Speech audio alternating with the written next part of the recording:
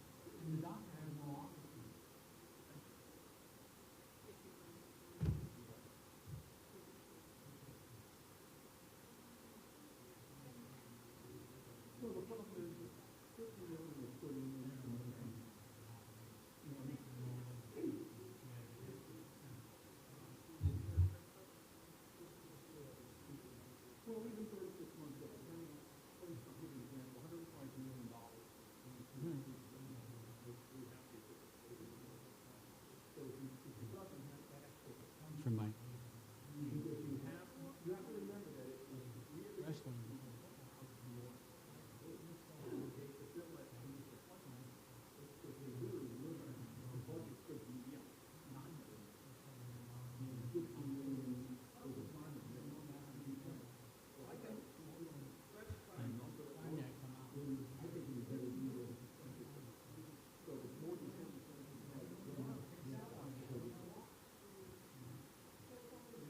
Learning.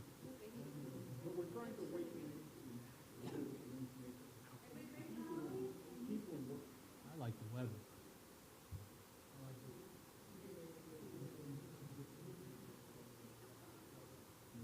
I'm gonna go.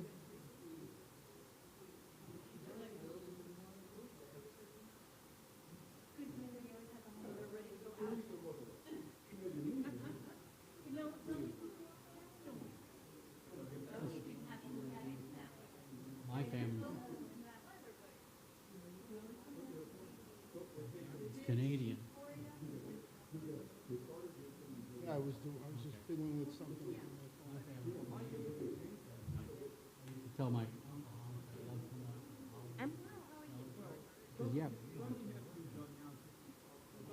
Anyway, You good? Yes, I am. always good, Bubba. It's born ready. Isn't that what they say? Doctor says we get arthritis. Yes.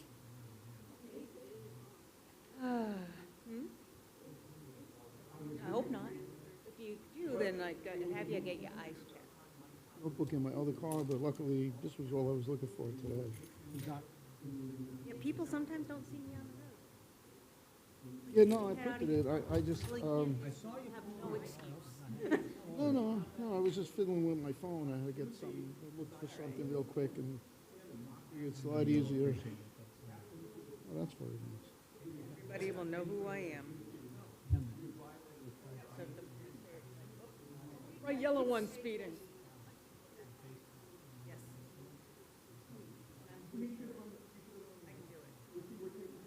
I can do it.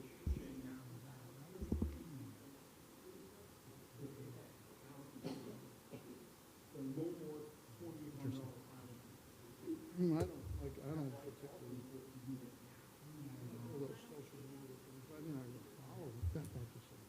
I mean, I follow them. If you want to hang your hat on, get elected.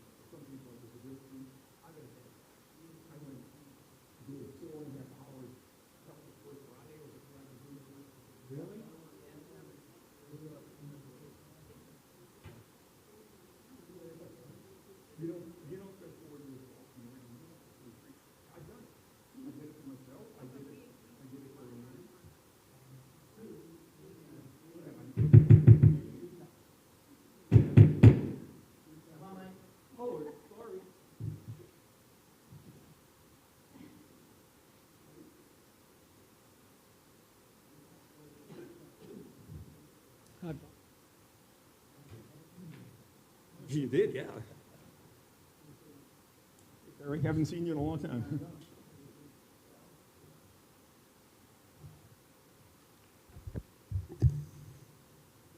All right, good evening, everyone. Welcome to our Charter Review Committee meeting for today, Monday, December the 15th, 2025. I'd like to call the meeting to order and ask that everyone rise and join us in the Pledge of Allegiance.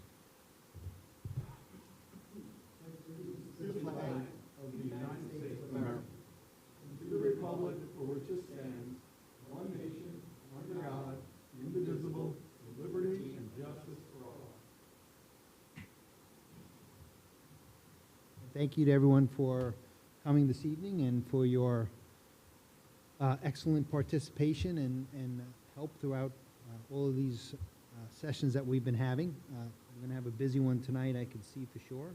So I'll start and ask the clerk if she would please call the roll. Chair O'Brien, Here. Vice Chair Matrano, Committee Member Marrero, Here. Committee Member Martin, Present. and Committee Member Miller. All members are present. Thank you. All right, next step is to review, discuss, and approve the minutes of our meeting of December the 1st, 2025. Present a motion. We have a Motion motion to for approval, second? A second. Any discussion? Hearing none.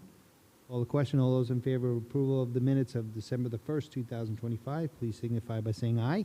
Aye. Aye. Motion Opposed? passes unanimously. I apologize. Oh, I just said the motion passes unanimously. Thank you. Thank you. All right, very good. And we will keep on moving along to our next item, which is the beginning of our charter review. And I will turn it over to Dr. Dumont. Thank you very much.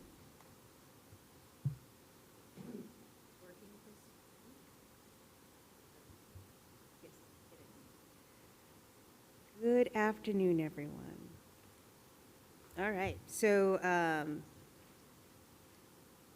hope you're all ready for the holidays. It's coming up quick. Quick. I don't see any nods. Oh, yeah. Yeah, none of you are ready, right? I ignored it, eventually goes away. Okay, yes. They do, January. Okay, just letting you know, they do eventually go away. All right, so, good evening, and so on the agenda, review the last meeting and continue moving through the charter. You should have all received the working document that I've been adding stuff to, taking away things. Any general questions on that? Or I talked to Mr. Martin about a piece that, and I have it in my notes that will, when we get to that, we'll include it. I actually have 16 things that I think we still need to discuss. Okay, and you know where they are in the, where Yeah. the highlighted, so the highlights in the document means that those are up for discussion, like that's things that need to be discussed and settled. Okay, and let's go through last week, or not last week, last meeting, it was 2 weeks ago. So it was decided that you want to add the preamble to the charter, just as Mr. Martin presented it, but we want to move the Citizens Bill of Rights to an ordinance, and Mr. Martin did provide the text of that, and he said that he gave it to all of you, and that will go along with the recommendations that will move forward to council. Change signatures and fees. So I was just reading, so I do apologize that it, Second, Doc, I apologize. you don't need to apologize. Mr. Martin, I think he had something. Yeah, before we get on to Article 4, on Article 2, if we can go back to Article 2 for a minute, Well, or right now you're just doing a review of what we did. yeah, why don't you finish that and then we'll keep, if you want to just. Okay. discuss it Then we'll first. go back. Let's do it that way, sorry. Okay. So while you guys were approving the minutes and doing your roll and such, I was reading an email that it was just received from the city attorney regarding signatures and fees. By Florida statute, you do have to have 1% of the population for the signatures. at least. You can ask for more than that, but it does have to be at least 1% of the population for the signatures. And then the filing fee has to be at least 3% of the salary, and then there's an election assessment fee at 1% of the salary. So we're going to have to revise the language from the $100, $400, $100, $400 to the 1%, 3%. Did he cite the Florida statute for that? Florida statute 99.0952C for the 1% signatures, and Florida statute 99.092 and .093 for the filing fee and the election assessment fee. It's unusual because Yeah. I know that other cities have a $100 filing fee, Right, and this is, or like I said, have had. I don't know whether they've changed. right, and it's like like I've mentioned before, in Jacksonville Beach, it's 10 signatures. It's not a percentage. So I can follow up with him. That's Yeah, I would that's why appreciate asked for that. the site, because it doesn't make sense that you, and I know, like Mike just said, several cities have. Cape Coral, City of Doral, they both have Cape Coral, yeah. 250 at Cape Coral and $100 for Doral, if I remember right. Okay, I will follow up with him. I would think we're in consensus before we make any other changes. Let's get follow-up on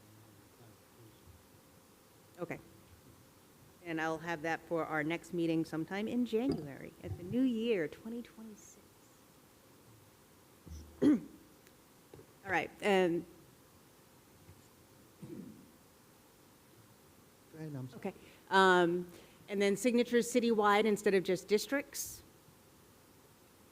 And 2 4-year terms maximum, forever. And then, but you can go from council to mayor or mayor to council. You just can't serve more than 8 years, 2 terms as a city council member, or 8 years, 2 terms as a mayor. Those were the conclusions of our last session. You- Go ahead, Mike. You had some things? Yeah, I've got 16 of them. But there was Well, more to address. I want to make sure that, I'd hate to have to keep going back to the beginning and going back through everything again. So, Article 2, form of government, and you've highlighted, or maybe I had it, shall be to set policy. You can't set policy if you don't have goals.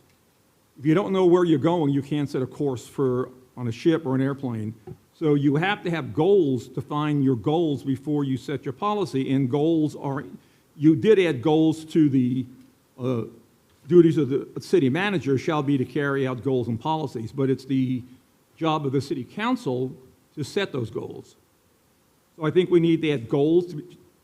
When it says the general duties of the council as described in Article 4 shall be to set goals and policy. And I think it's important that you have goals because, again, how do you set policy if you don't know what you want to achieve? That's irrational to me. Discussion? What exactly is it that you want to add? The word goals. Isn't it there? It's not in for the council. It is to carry out the goals and the policy of the council, but it doesn't say the council should set goals in the first place, which I think is important because you can't set, realistically and rationally, you can't set a policy if you don't know what you want to achieve. Well, isn't that sort of given? How am I going to set a policy? I don't know what the goal of my I've seen legislators do that a lot, so I don't think it's intuitive to a lot of legislators. Not speaking personally of anybody in city council, but Mr. Chairman, please. Clarification never hurts in this case, for sure. I don't have, I have no objection. I just, it's clarifying language. I think that's, Okay. we all right on that consensus?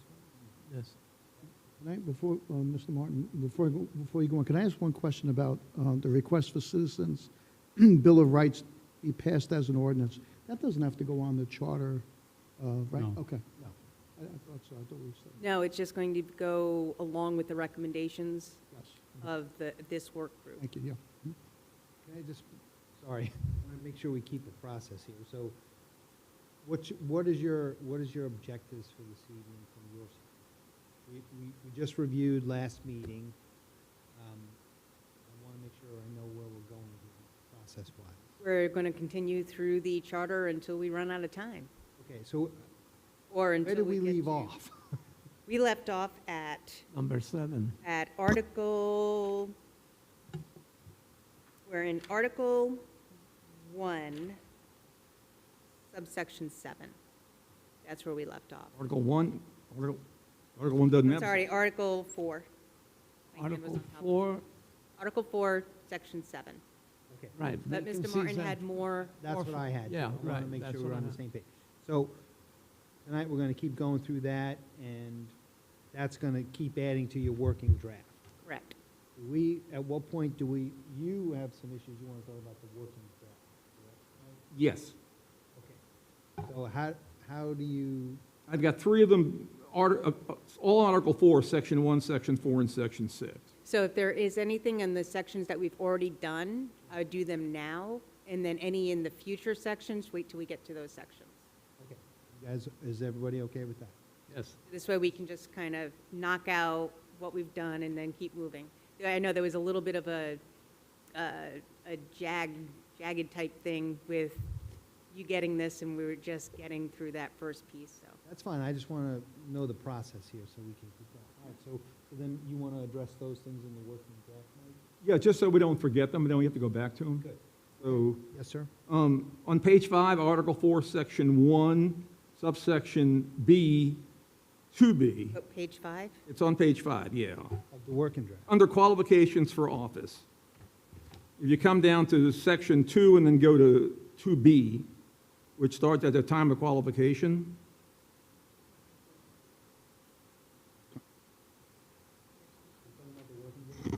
the working draft, yeah, on page 5. I'm not talking about the actual charter, I'm talking about our working. Okay, Article 4, Article 4, Section,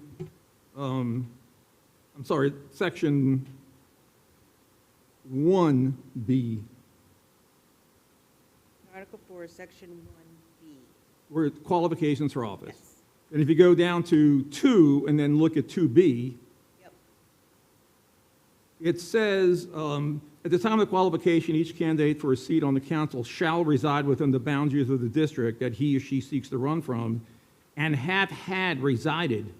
Every other, the beginning of Article 4, every other sentence uses the word shall, and this uses have had.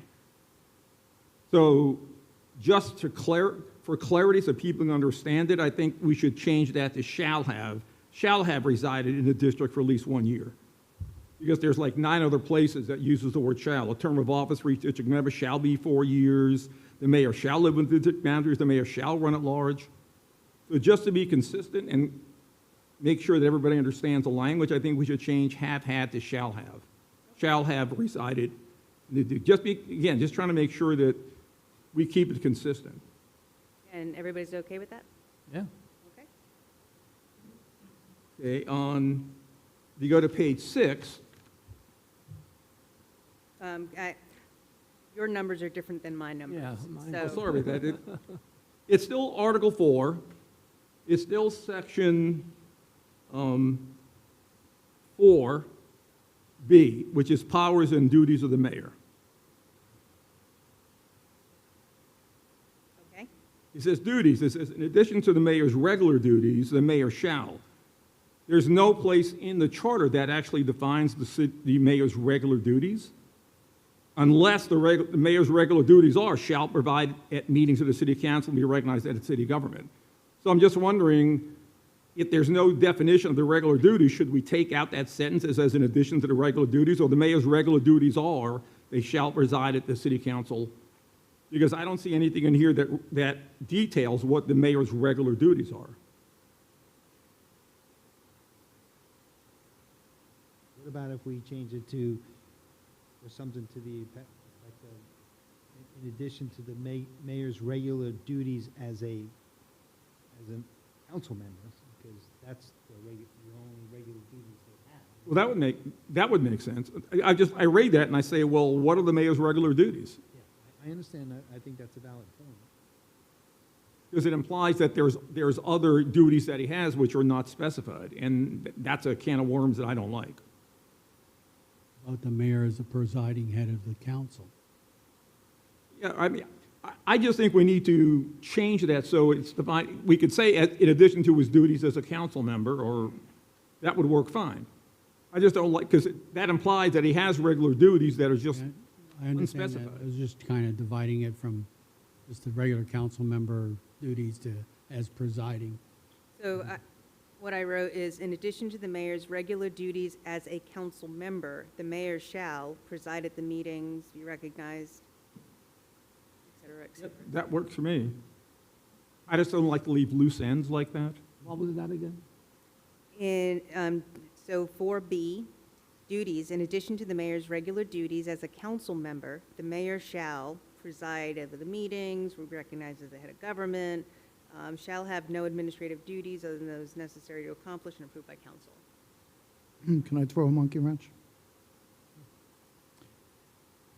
The mayor's duties are much different than city council. So they're not the same. And it's really specific. It's about the mayor, in addition to the mayor's duties, the mayor signs contracts. The mayor makes declarations of emergency declarations. The mayor does things that city council members don't do. So in my mind, that don't belong there. But that's just me. I'm a simple guy. So I think that the mayor's specific in that sentence is correct. Those are defined, Mike, Terry, in powers. In the prior paragraph, it's powers. In addition to the regular powers invested in any other council member, the mayor shall be recognized by the governor for purposes of military law, have the power to declare an emergency situation, and have the power for service of process and execution of contracts, deeds, and other documents. So those are all, I think what you're talking about, they're all in the powers section and not the duty section. Right, and so if since they're in the powers section, do you need it in addition to duties as a regular council member, because that's already stated in the previous? I think you could just take the sentence out up to the first comma. You just take out in addition to the mayor's regular duties. Just say duties. The mayor shall provide at the meetings of the council. Leave the whole rest of the paragraph, but just take out the 1, 2, 3, 4, 5. Just take out the first 7 words. That makes more sense. Yes. Makes more sense. Okay, so the mayor shall preside at starting it with the mayor shall? Yeah. Mm-hmm. We're all in agreement on that? Yes. Mm-hmm.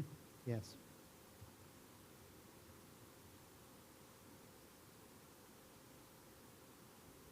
Got it. If we go down, still on Article 4, we go down to Section 6, compensation and expenses. In A, and I just want to make sure that we get this clear, because it says, talks about the change will be in compensation. Then it says, such additional compensation shall not take effect until the date of commencement of the terms of council members elected at the next regularly scheduled election that follows the adoption of said ordinance by at least 6 months. That implies to me that those raises or the new compensation only applies to new members, not sitting members. So my question is, what about the current members? Is that what that paragraph is supposed to imply, that you cannot give yourself additional compensation, that it only applies to the newly elected members? It's rather vague. Exactly, that's my point. So what would you like it to be? That it only for new members, or after each seat has been on the ballot? So this way, so Mr. O'Brien votes that everybody gets a raise, but he's not up for election for 3 more years. And then Mr. Petrano is up next year. So he wins. So he would get the raise, and you're saying that Mr. O'Brien would have to wait until he goes up again for election to be able to receive the raise. Yeah, or if we want everyone to get it, the wording should be changed to make that clear, because to me, it's unclear about whether a sitting council member under this, paragraph, whether the sitting council member can get, is he allowed to get the raise that they voted on? Right, Because and without having to go in front of the voters. Well, yeah, we're going to do that, but it's still, because we leave that in there, it says additional compensation not take effect until the date of commencement of the terms of the council members elected at the next regularly scheduled election. That tells me that the already existing council members are not eligible for that additional compensation. We're going to come back to the doctors to ask us a question, is what are we trying to achieve? And that is making sure that the people on the board don't vote themselves a raise, but are entitled to one somewhere down that line. And what is that line, correct?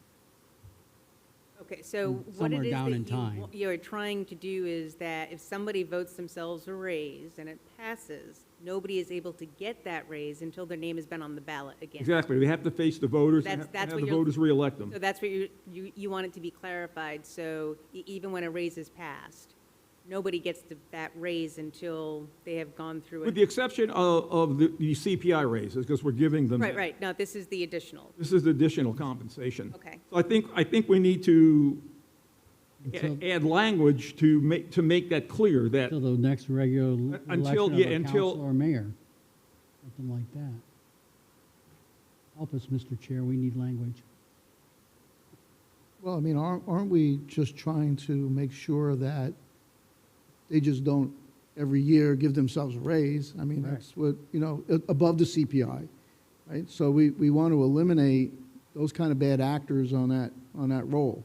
And if a council decides to give the raise, knowing that it's not for, and this is part of planning, I guess. I mean, as a good city manager that we will have here, his job would be to plan, and including in that budget is going to be the potential for increases even to council. Council just shouldn't be saying, I just want an increase. Let's do it. No, it should be part of the planning of the overall city's operations. So if they're going to get a raise, it's going to be suggested somehow through whether the attorney does it or consultant or whatever.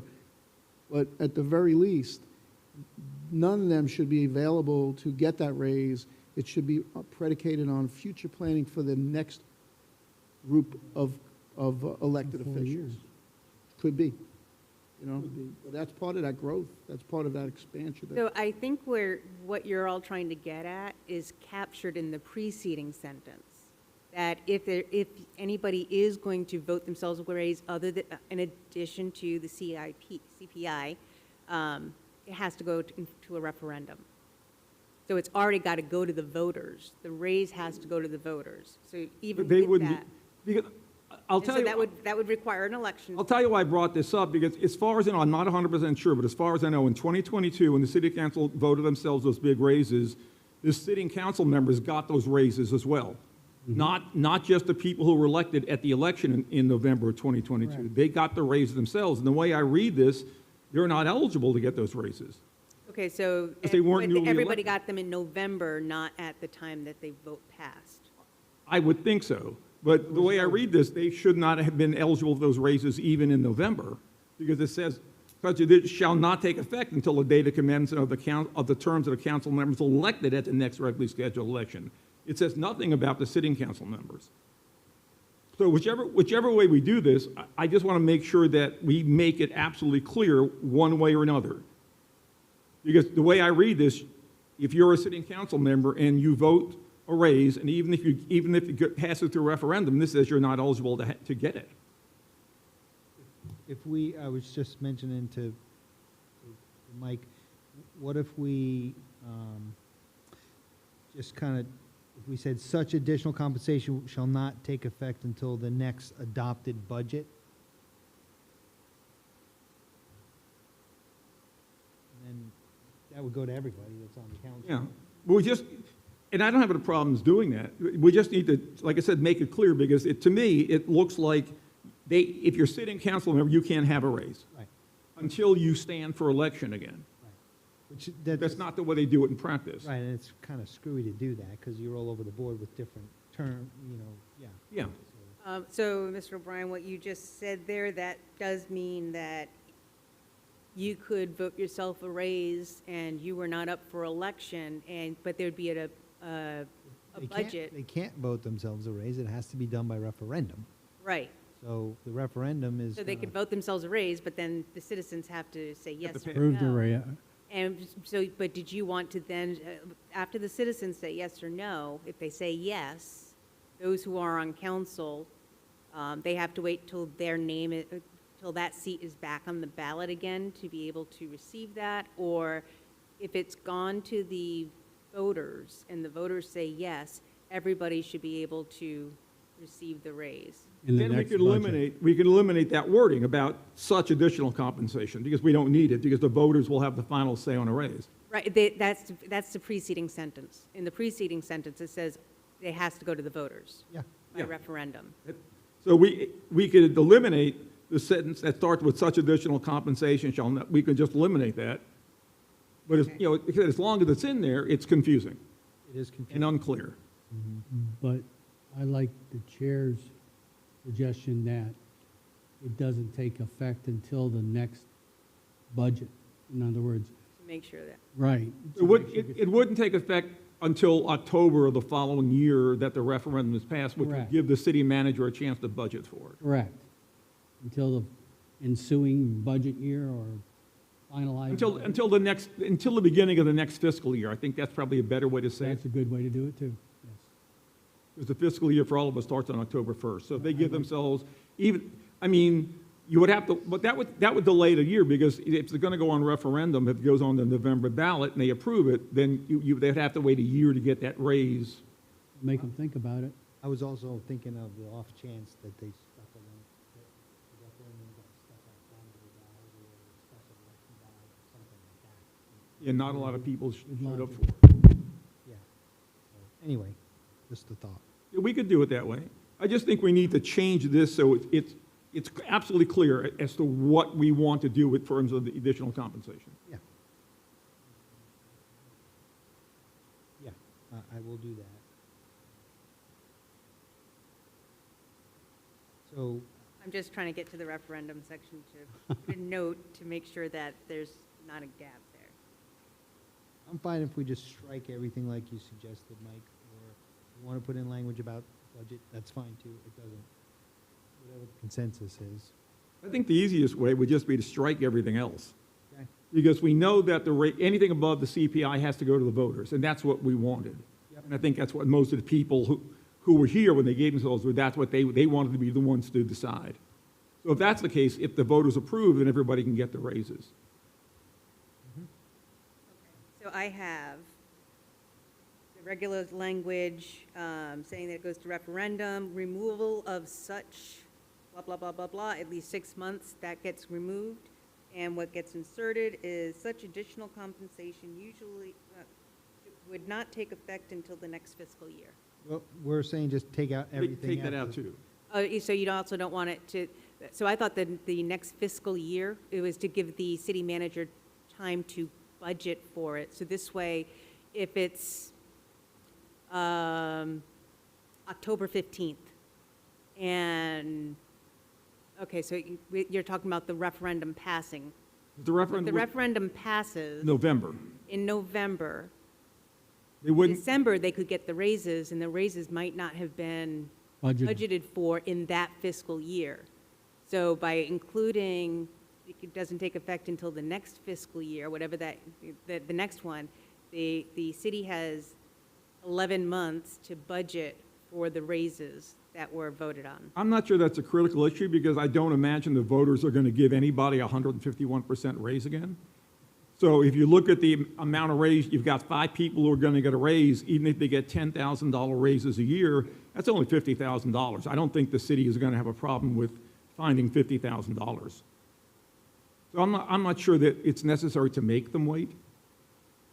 You know, the check is that now the citizens will have to, assuming of course they approve it, the citizens will have to be the ones that decide, are you going to get a raise or not? And if the citizens say yes, then I don't see a problem with waiting Because if they approve it in November, they're going to have to wait till the beginning of October to actually see the raise. So that, that's going to be 11 months. But if you don't have that language in there, that they won't be waiting. Right, there won't be. So if we just take it out and just say leave that paragraph, So any increase you in don't want them to wait. If the citizens say you can have a raise, you want that raise to be immediate. Sure, why not? If the citizens approve it, Didn't make it the next, yeah.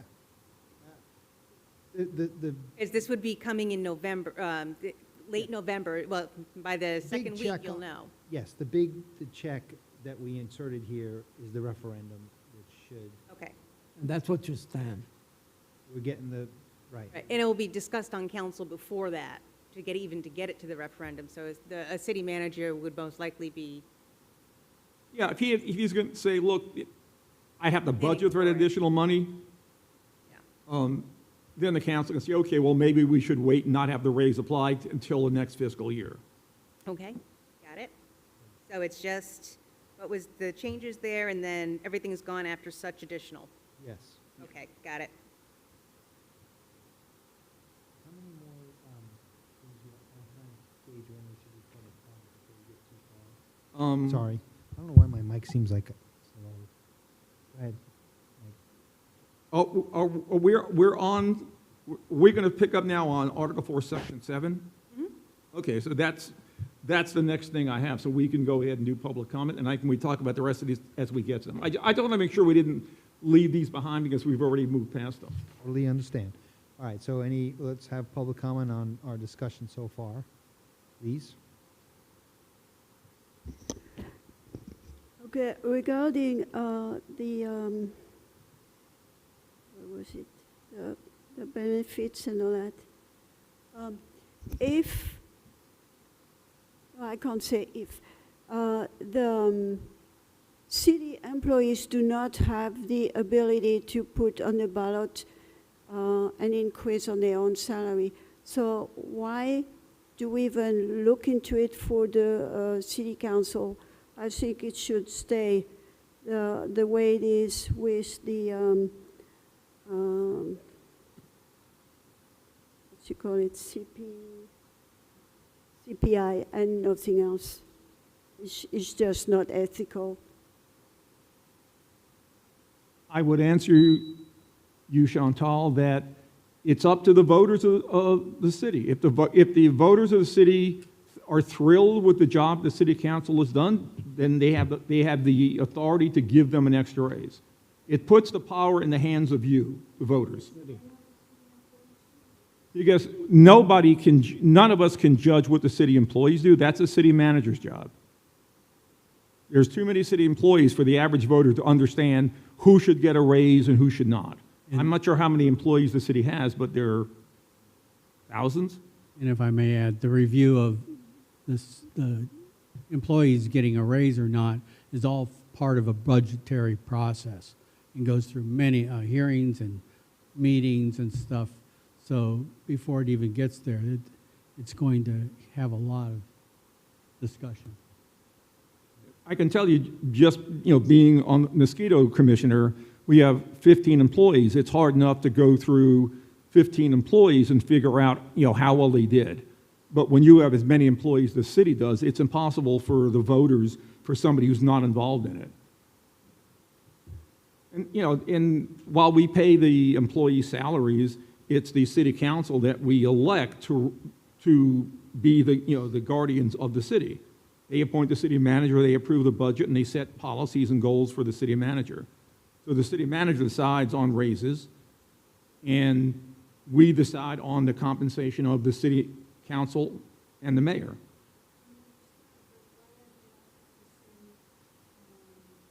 Because city employees are not elected. It's the city manager's job, as it's outlined here. He's appointed or she's appointed to make sure that the management or the city's being taken care of correctly and the proper salaries and benefits are being provided for. Because they're going to hear from the employees one way or another. You can't govern everything in a charter. Otherwise, we don't need a city manager.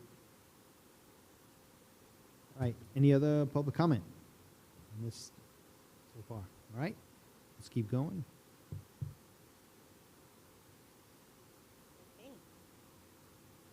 So, Article 4, City Council, number 7, vacancies, forfeiture of office, suspension, fines and penalties is added, recall, and the filling of vacancies. So the highlighted sections were up for discussion, and you heard from the city attorney about fines and penalties.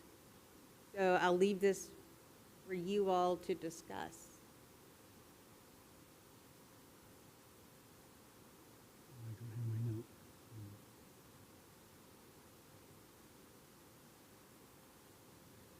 I'm trying to remember what the attorney said about the fines and penalties. He said we couldn't set any. Yeah, it would basically be the city council that would, The city council can have a code of conduct policy, and if somebody is bad, breaks the code, then they can do a censure, the slap on the wrist, but the only person who can remove is the governor or citizens through the Florida statute on how you remove somebody from office. And as I understand it, there could be no monetary fine either. I believe that's what he did note. So this section is going to have to be redone.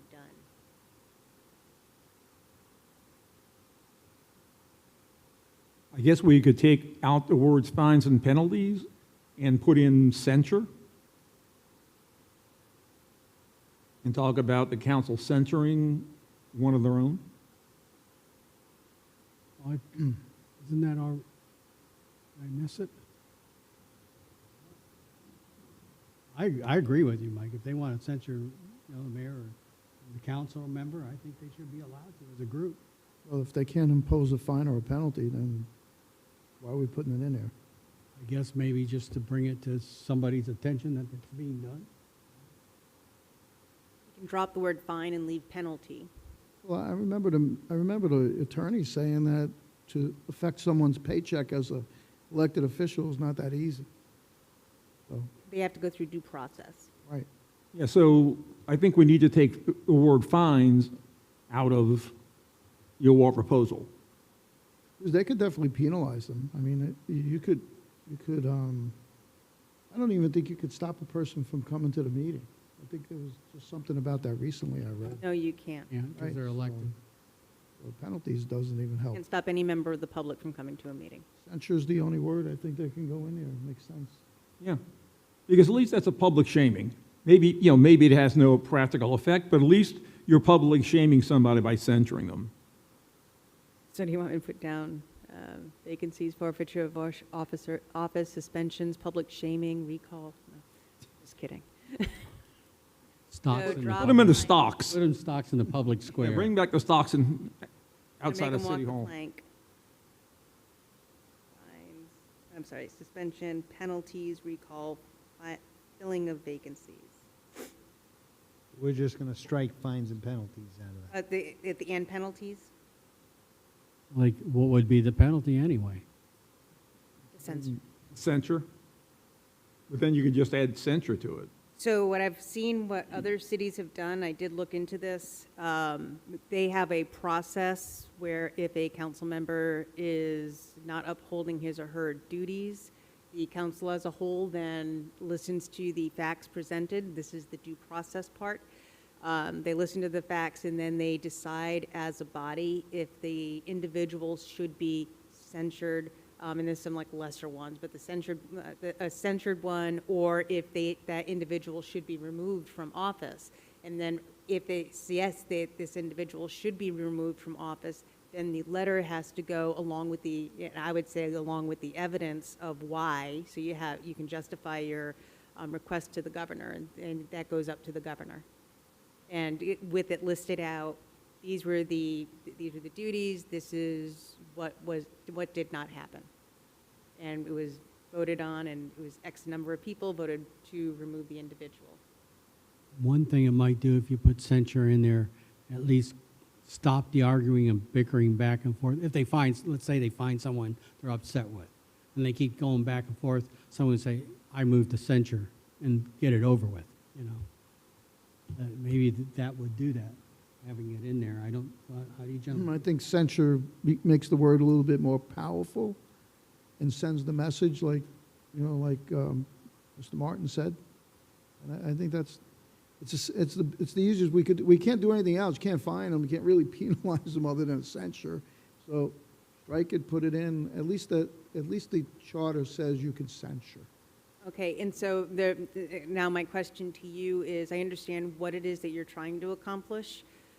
I did not look at what the process was that the current council used when they requested the governor to remove a member. Was it through a trial and a vote and evidence was presented? I'm not sure if you guys even know. Or was it just a request from the majority of the city council members? I thought it was like a 2/3 vote, and then It was 4-1. It was 4-1. Twice, they did it twice. They sent a letter to the governor. Then they just sent it up. But I don't think it was related to the charter. I think they just, Okay, if I'm mistaken, it was an action of the council. Yes, Okay. it was- Yes. Which they seem to have a right to do without the charter, so I don't Right. think it should be in the charter. yeah, which is why I'm noting that if you do that, you'd also want to provide the facts of what led to this decision instead of just saying we have this decision. I wouldn't put that in the charter. I would just let them fight it out, legally the way it's supposed to go. I mean, if they decide they want to do a 4-1 vote because they don't particularly like one particular council person or the mayor, and they send up whatever documents they send, it's going to be a fight in court. It's not a charter. It's not a charter thing. But that's not the same. I don't think so, personally. You got a problem with one member on the board and you can convince four others to go on your side, and you could be attacking every council person at will. That shouldn't be in the charter. Right, and that's the reason why they have to present the evidence, and then the evidence would go up. But a censure, with the didn't just request. put it, censure with evidence. That would be the censure. Right, so do you want the censure in the charter or not? Yeah, I think the censure belongs in the charter. Okay. And if having evidence is part of the game, that's, Can we write it so that the council may censure a member after a fair hearing and providing evidence? Yeah, I've seen it written like that in other charters, so yes. Sounds good to me. that works. Yeah. Is everybody on board with that? Okay, here. Okay, so removal of office is authorized by law. This needs to be cleaned up. There is state statute on how you remove someone. B, forfeiture of office. The mayor and/or other council member shall forfeit his or her office upon determination by the council acting as a body. I believe the city attorney said the body cannot remove one of its members. I'm not sure the body can, but they can ask the governor Correct. to remove someone. So I'm not sure that the wording is right, shall forfeit. I think if you're going to keep that, you need to rewrite it that the mayor or the council member, when convicted by a majority vote of the council, may be subject to removal by the governor for the following reasons, and you've got 5 reasons there. But Forfeiture- you can't okay, do it so unless the I'm governor just does it talking this anyway. through in my head. So forfeiture is like, I'm leaving, so I forfeit this. Where removal is, you're getting booted out. Are we put into the Oh, same? here, that's- On this means that the mayor and/or other council member shall leave his or her office. Yeah, it's By their forcing them own to free will. forfeit. Hmm? This sentence forces them to forfeit.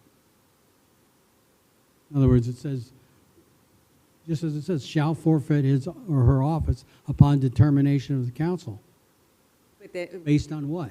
right, but the shall forfeit, just in, like, how I'm understanding it, it means that they still have, like, like, I choose to forfeit, or you can remove Or me. you can forfeit because you violate the rules by whatever authority implements the Right, but rules. then you're removing me.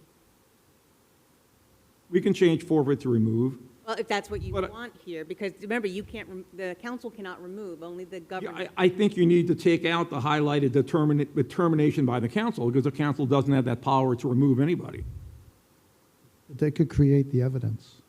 They can collect the evidence, they can forward it to the governor with a request that this person be removed. But they cannot do it themselves. Because this that shall forward to his or her office upon determination by the council. The council doesn't have that legal authority to do it. The governor can do it, or it can be done under the Constitution with a recall effort. And I don't know the specifics of the recall under the state statutes, but there is a recall statute that does describe how you can recall an elected official. Well, I guess this is trying to preamble, for lack of a better term, the next sentence, 1, 2, et cetera. Right. As an acting body, that he or she, I will go to the next one. yeah, These are the Yeah. 5 things. But how about if we change where it says forfeiture of office, maybe we should change that to removal from office instead of forfeiture? I'm not sure what the legal definition of forfeiture is. I think it may be you give up the right to have something, but whether you voluntarily give it up or you're forced to give it up, that I'm not sure. So maybe we should just remove the word forfeiture and put in removal from office? Well, they can't remove them. No, but you say removal from office, and you can say the mayor or any of the council member can be removed from office upon determination by the request of governor. council to the governor that that particular individual member has violated 1, 2, 3. in 1, 2, 3, 4, or 5. So it makes clear that the council does not have the power to remove anybody, but they can't ask for someone to be removed if they're guilty of violating any one of those 5 clauses. How about shall be removed upon approval of the governor But for a request, for this? You don't need that in the charter.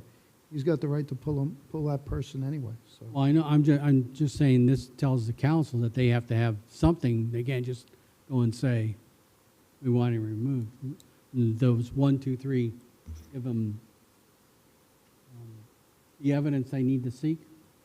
yeah, you can't remove somebody because of poor personal hygiene. All right, so you want me to add a process to present the evidence, and then the vote, and then that would But I- then go to... I think we need to governor. remove the term forfeiture Yep, I got that part. and make it clear that while the council can request the governor to remove someone, it's up to the governor, not up to the council. I guess it's what makes the determination. What is that? How do you want to say that? Preponderance of evidence? I don't know. Whatever Well, the fancy- governor would decide that. He would act as a judge in this case. Right, but you still have to have the evidence. Oh, Right. Yeah, you have to present a reasonable case for removal. So let's say they, Council I upon, don't want to say moved, because that one's pretty obvious. There's charges, misdemeanor, they did not go to a lot of meetings. How about recommend removal? And so then the council, once the evidence is presented, the council votes on whether to ask the governor, no, the council votes whether to recommend removal of one of its members. yeah, that would work, Sounds, based on the preponderance of evidence.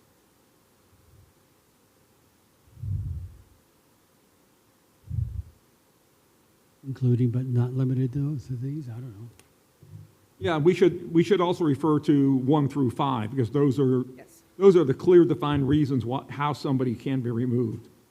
Yeah, it'll be done so that would be these are the reasons.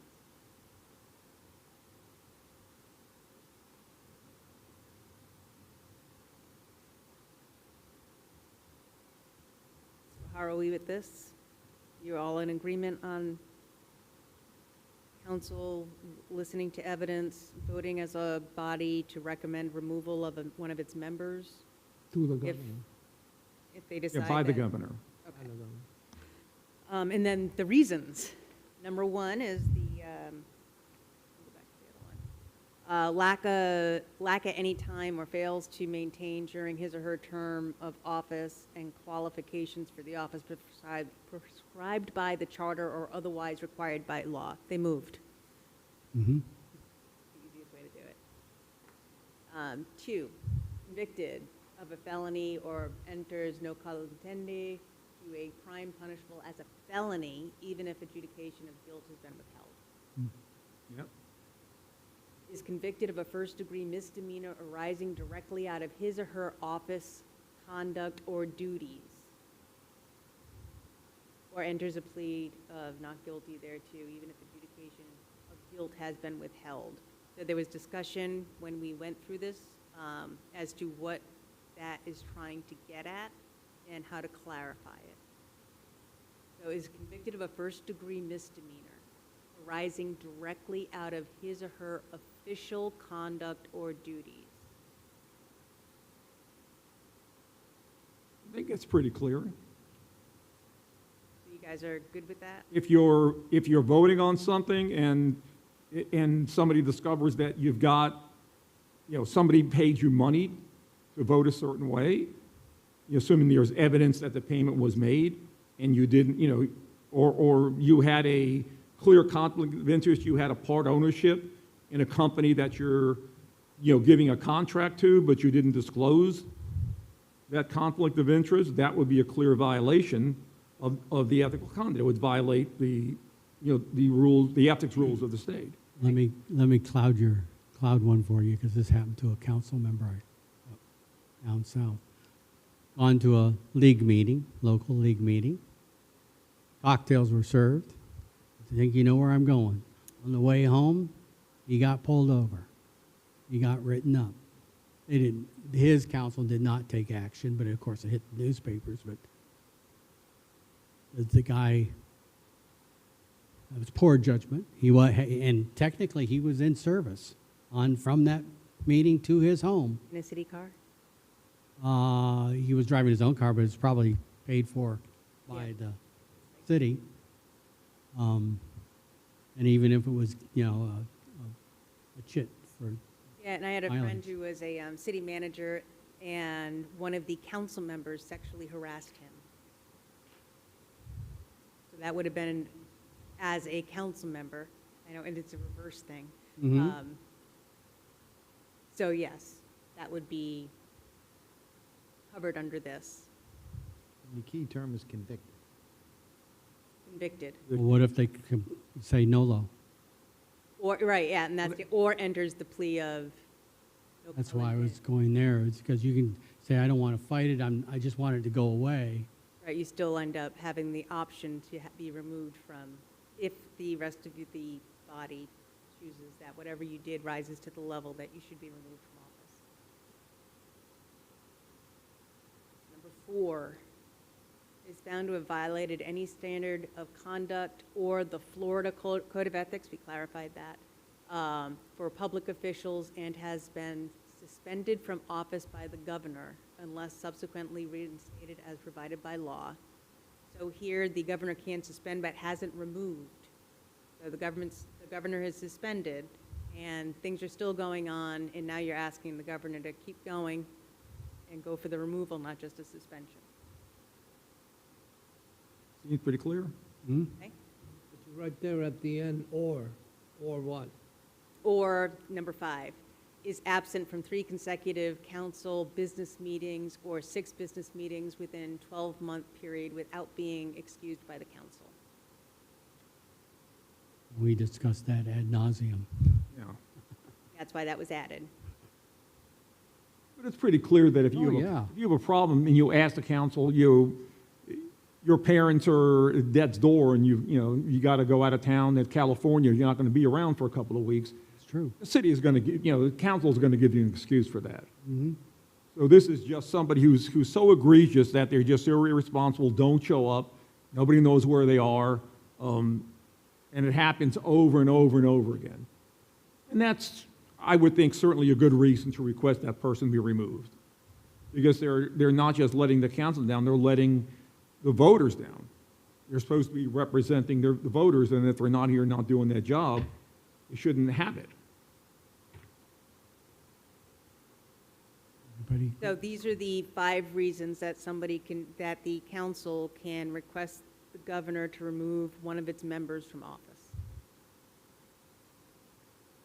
Question, how does that affect, well, that's only by the governor. I was looking at the words has been suspended from, by the, I don't want that to be in conflict with the first part. We're saying removal, or should it be removal or suspended Well, here, from the beginning? it never goes into what could cause the governor to suspend somebody from office, who initiated the suspension and why. So that is not covered in the charter. It's just that the governor can suspend people. So if you were to go back and say, The- forfeiture of office, the mayor, and, so it would be forfeiture or suspension from office. Removal. Removal or Removal or suspension. Removal or suspension from office, and we'd add in suspension as well as removal. And the same criteria would be used, but just the request of the governor would be different. One would be a suspension, one would be a removal. Intuitively, you'd think that somebody should be suspended prior to removal, but then if the council really wants to just remove someone, having that in there like this makes it sound like you should get your suspension first before the removal. I mean, just to take an example, somebody, a member of the council murders their spouse and is arrested and locked up for it. I don't think you'd want to go to a suspension for that type of thing. I think you'd want to go straight for removal. Will But, be in jail. yeah, if somebody's in jail and can't attend the meetings, I mean, That's why you can't make the meetings. I just didn't want that conflict. I'm not Right, sure so, I'm not sure if it is a conflict. Do you want to remove the suspended office by governor? See, now here it reads as though if it is found to have violated any standard of conduct, and that's the reason why somebody was suspended. Found to have violated any standard of conduct or the Florida Code of Ethics established for public officials and has been suspended from office by the governor. I guess I would ask, any standard of conduct, that's a very wide statement. So does the council have a standard of conduct? Whose standard of conduct? The Boy Scouts? I'm not sure that I like something being that wide open. So that's something else you'd want to put into a charter handbook, a council handbook, is you want a standard of conduct. Standard, yeah, because otherwise, what are you referring to there? Any standard of conduct? Isn't it common, though, But it's that the governor suspends and then removes? I mean, it doesn't, You're right, it is common. Right, It is common. so- Very seldom have I ever seen or read or heard that the governor doesn't do a suspension. Well, that's not true either. I saw it happen in Palm Beach County but that was a supervisor of elections. Twice a couple years ago. Yep. He just, bam, he's gone. He's it gone. can happen too, but I'm just saying it's more common that they usually suspend first, right? So, Do you even need suspend in there? I don't think so. I don't think we need to put suspended in there. I think that's a governor's decision, and he decides if he wants to suspend him or remove him, based on whatever request the body's asking for. Because this piece, just 4, is, and has been suspended from office by the governor. So if the individual hasn't been suspended from office by the governor, but has violated a standard of conduct or the Florida Code of Ethics, unless the individual's suspended, you can't ask for removal. Can I mention something? If you look at the last sentence right there, it says unless subsequently reinstated by provided by law, so get rid of suspension. But It's already there. Right. that creates the logic problem here, because if the beginning of this paragraph is is what creates a vacancy, right, which is a forfeiture of office, a suspension, recall, right, and then how we fill them. So the problem is that we define vacancy, and then we go to forfeit of office, and that number 4 is a problem because, again, the governor's normal process is suspension and then removal, because he's going through the due process as well, correct? So if someone is suspended by the governor and that triggers a forfeiture of office, how can we do that when there's a possibility they could get reinstated? So I don't know how you handle that, but that's a lot, to me, that doesn't connect proper somehow. We have forfeiture from office, and then C is suspension from office, right? So here, I think we need to, this is something maybe we need the lawyer to figure out, is somebody can be suspended from office. I don't think they can be, you can't fill a seat while they're suspended. Yes, that's what I'm getting at. That would, you can't start to go through the filling a vacancy process when they're in suspension mode, because It's not a they vacancy. haven't been adjudicated yet. Yeah, it's not a vacancy. The person still holds the office, but they're suspended from doing from right. doing their duties. So is found to have violated any standard of conduct or the Florida Code of Ethics established for public officials, and end it there? Well, I would like to change any standard of conduct to violated the city standards of conduct. Because, like I said, any standard of conduct, Yeah, we're talking about biblical standards, I mean, you could use any type of standards. I think they're talking about state. is found to have violated any adopted city standard of conduct, right? Which could change from time to time. Yeah, exactly. Yep, That's good, and then the Florida Code of Ethics. that's good, that's good.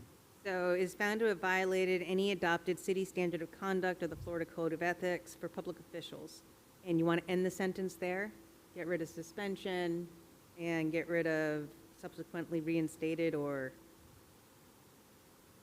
Well, the only one that can adjudicate whether you've violated the Florida Code of Ethics is the department, the division of the, right, the Florida Department of Ethics. yeah, right? Yeah, the ethics. I forget what their title is again, but that's Ethics Board. officially, I think by statutes, the only The Florida Ethics Commission, I think it's called. Yes. Florida Ethics Commission, right? Okay, That's another whole due process thing. I mean, you get to represent yourself, and, Right. or you can have an attorney, and you have a hearing, and you present evidence, and they review it and make a determination. So we're removing, As suspended by the governor, or unless, right on through the semicolon, right on through or, I guess, or right up to the semicolon. because that's not, those are things that the council does not. So I have number 4 now reading, is found to have violated any adopted city standard of conduct or the Florida Code of Ethics established for public officials. Or number 5 is absent. Yeah. Yes.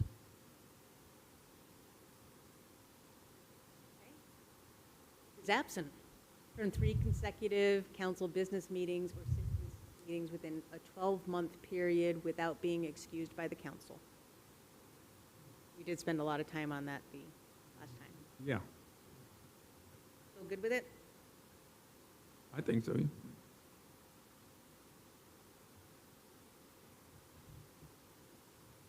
Should we have a public comment on this? Yep.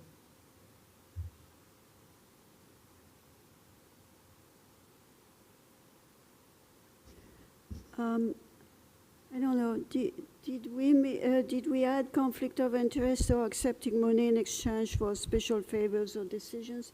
Is it added or not? That's in the Code of Ethics, It's in the Code of State Ethics. of Florida Code of Ethics. Okay. And also on number 5, since it talks about being absent, I think maybe it's the right place to talk about remote meetings, because either you're sick and you need to recover, or you're on vacation and you relax. But why should you be excused if you're on vacation? You should be at work. And also, if somebody needs to suspend a council member or the mayor, it should not be the rest of the group, because they can gang together if they don't like that person, or retaliate because something is not something they agree with. So I think keeping only the governor for that is probably fairer, because he is going to only deal with what is very important and just let the rest go. So it's probably what happened here this last year. But can you give me some feedback? Somebody has to bring the case to the governor's attention. The governor just doesn't pay attention to what's going on in every city council or county commission all over the state. So the way the process works is the local governments they vote on a finding of misconduct and they send it up to the governor. But as we saw this past year, the governor is very reluctant to remove people, and he didn't do anything. I don't know that he responded to the council's removal letters for the mayor, but he never did anything. Don't you think if it had been really serious, he would have done it? Well, Who knows what the mayor thinks, or the governor thinks? We can't get in his head. But you would think that, but that's But entirely up to the governor. it's better to have the majority vote of the council than to let any city council member or any member of the public send a letter to the governor asking him to remove, because that would turn it into a circus. Every time somebody does something that somebody doesn't like, they could send a letter to the governor. So requiring a majority vote of the city council to make that request of the governor, at least you have to have a majority of the council. Yeah, it's a start. But what if they all gang against one person because they don't like that person? So they Well, all agree to... Whoever that person is has the right to defend themselves. The council has to have enough evidence to present to the governor. And I'm sure the governor, when he's going to adjudicate it, he would give whoever that accused person is the right to defend themselves, speak for themselves, submit their own evidence. And what's about the remote meeting? Can we add that? We can talk about it. It's in a Yeah, different it's- session? Okay. Can I make a comment? So if a okay, council, Tony. yeah, Tony, come on up, man, it's okay. If a council member is going to go on vacation, and the right thing to do is to ask for an app to be excused, and it happens to fall on 2 or even 3 business meetings, then maybe they go away for 3 weeks, and it just happens to fall on those meetings. If they've asked for it and the board has approved it, there's nothing wrong with that. It's really, in the absence of 3 consecutive council meetings, is unexcused absences. And that's probably the one word that should be included in that line. Good point.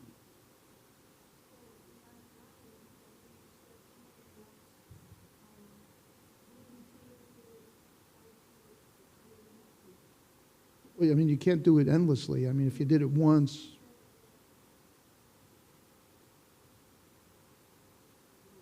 Right. I think unexcused absence should be. Excuses, it's a good idea. I like that. Mr. Amaral. Good afternoon, evening. Once again, thank you for taking this upon your shoulders. Doctor here. I have a question. Number one, would it be possible when the agenda comes out to give the version of I understand it's a working process, but that way it's easier to follow along on what was said, and then kind of, there's been sections that have been shown, it's still based on the original charter, not the original, but the latest version of the charter, and you guys are talking about, well, it said this and it said that, but there's no way to follow up with that.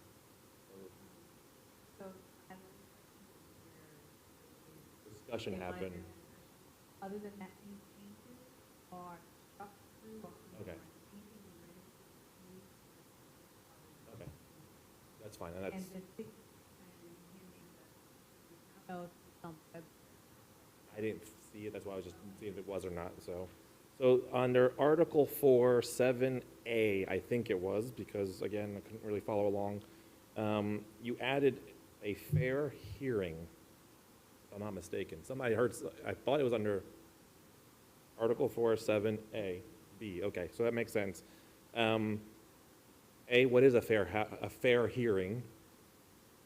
And it's a jury of who? Can you do that at the mic, Doc? It's not a, Can you do that at the mic, please? Hello, I have my own mic. Thank you everybody for coming here tonight. So I wouldn't write it down fair hearing. New Englander up here. I would say that the evidence does have to be presented to council, and it's the council that then decides if those 5 pieces, those 5 criteria, any one of those has been broken, and that, yes, it has, but based off of the evidence. So let's say it could be an attendance sheet for city council meetings. And then they would vote to request the governor remove that individual from the council if they feel that it rises to that occasion. They can also say that we think that this is just censorable. Is that a word? Yeah. Censorable, They, sure. they can vote to censor the individual, and then, you know, if the conduct continues, then you might want to go up to removal. Yeah, or It requesting should be removal. difficult to remove a Yes. sitting council member or mayor. And then I guess my other thing was, you know, we were going back and forth on the forfeiture, which is, I guess, Article 4, 7B, and we're under forfeiture. The way I understood it was a forfeiture, because it says, again, the charter, the way it is written now, forfeiture of office, the mayor or any other city council member shall forfeit his, her office upon determination by the council. I've always understood that as we've had council members essentially forfeit their seat, and basically the only thing that council did was acknowledge it, and that's why. So I don't know, you know, I know it's a process, but I think we're trying to, the wordsmithing, I think, needs to become minimal, because again, the more we try to correct it and add a bunch of words and change this, and all of that has to go on to be voted on. So it's just something to think about. But again, I always thought forfeiture was, I'm forfeiting my seat for one of the 5 reasons, and the council was literally, and again, this is just for Section 4, Article 4, 7B. Because then you're going to go into suspensions, different story as far as I'm concerned. Suspension and forfeiture, I believe, are 2 different things. If I'm forfeiting my seat, the city council is just saying, okay, you said it because of 1, 3, and 5, we acknowledge it. It's not the city council that's actually, well, the rest of the council that is actually making that person forfeit the seat. Yeah, I could be wrong on that. that's how I was understanding, that goes back to forfeiture versus removal. Mhm. And, But but But then forfeiture, you can be forced to forfeit. For instance, you Well, have a that's baseball removal. game, and the fans get unruly, and they keep throwing stuff on the field. The umpires can determine that the home team has lost the game due to forfeiture because they can't control their own crowd. So it can be something that's not voluntary. Anybody sitting here would be council's home crowd. But that's why we wanted to change forfeiture to removal. Well, that's why, isn't that suspension under 7C, which is coming up next? Again, forfeiture is the way I understood it and have understood, forfeiture is, in this section of context, the individual is saying, I no longer will be sitting here. The rest of council says, okay, and then the next process starts of filling the vacancy or whatever. Suspension, which is coming up next, will go into the guidelines of when council says you're being suspended because of 1, 2, 3, or ABC, however, I think it's 1, 2, 3. So that's just an idea. It's just, again, it's just, Now I'm confused. Why do we need forfeiture at all? No, well, forfeiture is you're out of office, done, we have to fill a vacancy. Suspension is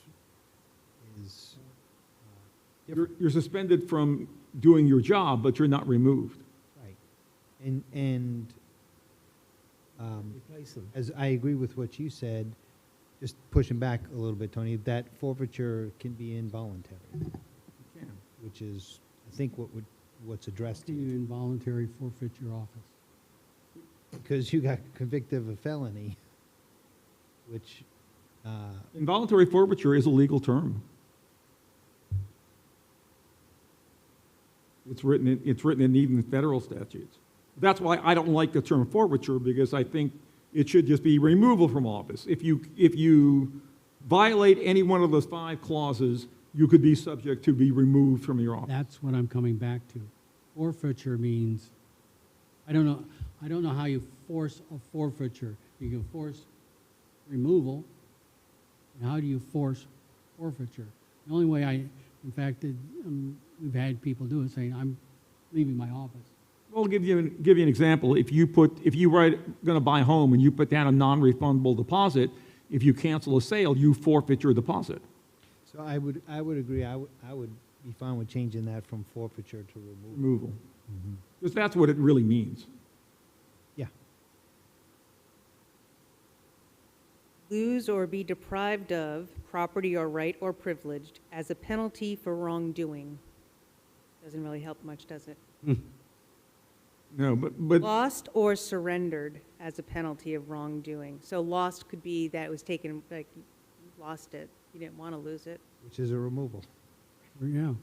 It all comes back. So to if we just change forfeiture to removal, I think it does clarify a lot of things, because when you read that, Tony, and I look at that saying, if I do any of these, I got to say that I'm not going to do this anymore. But there's no mechanism that if you do those and you say, oh, I'm going to stay, there's no mechanism, because the suspension comes into a different section. Correct. So, Which is next. yes. So we're all in agreement that we change forfeiture to removal in all those different sections. And then I will add a process, and like a basic process that any member does have the right to, the evidence has to be presented to council, council then hears it, votes on it, and then recommends removal, or makes the recommendation to the governor, because it might be suspension, but let's get into suspension if we're up for it. Had enough of us? Are you forfeiting your seat? Bring your jacket. don't forfeit the game. Moving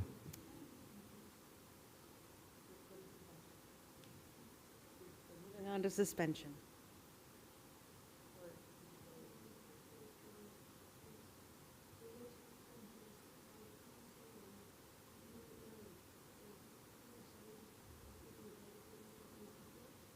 It is by the governor, because the council doesn't have the power to remove anybody from the council. Right. It's, right, as the council acting as a body votes in requests of the governor. They cannot remove the individual. We're changing the language. They have to ask. Yeah, it's going to be changed. Yeah, we're going to change that, Chantal, because clearly the council doesn't have the power to remove anybody. Yeah, I have written down that that's going to be removed, determined by the council. But, I'll clean it up and present it I'll present it in January. Okay. Suspension. Say it such like a happy way. Ooh, suspension. Mayor, council shall be suspended from office by the council acting as a body upon return of an indictment, and we removed issuance of information charging changed it to charge against the council member or the mayor with any crime that is punishable as a felony or with any crime arising out of his or her official conduct or duties which is punishable as a misdemeanor. Pursuant to, this is the little numbers that so we just had the 5. This is very similar to number 3 Yeah. in the previous one. During the period of assistance, and you had no changes on the 1 and 2. But I do have a question about whether does the council legally have the power to suspend anybody? If they can't remove, do they have the power to suspend? I'll I ask thought the- I've read this before where it kind of mirrors Florida statute. I mean, I'm not a lawyer, so. I know the governor can suspend from office. I don't know whether or not the city I council. don't believe they can. I don't think so either. I think that maybe that's something we need to ask Counselor Duffy. Rather Believe ask the- the doctor. So if a person gets indicted, again, you know, as the chairman said, you're not convicted, you're just And you're indicted. innocent, you're innocent until proven guilty. Yeah, so how would they have the ability to, just because everyone's making a lot of, I mean, it could be very egregious, don't get me wrong, I'm not making light of it, but, I mean, you know, as it's been said before, it's an indictment, it's not a conviction. So they shouldn't have the ability to suspend at all, and I'm sorry. You can, I mean, grand jurors can indict a ham sandwich because there's no defense presented in the grand jury. There's a comment. All right, I will follow up with I'm sorry, go ahead, finish your. I'll follow up with the city attorney on that, because we decided that they can't remove, and I don't believe that they can suspend. But like I said, I will swing it by the city attorney. Sir, did you want to make a comment?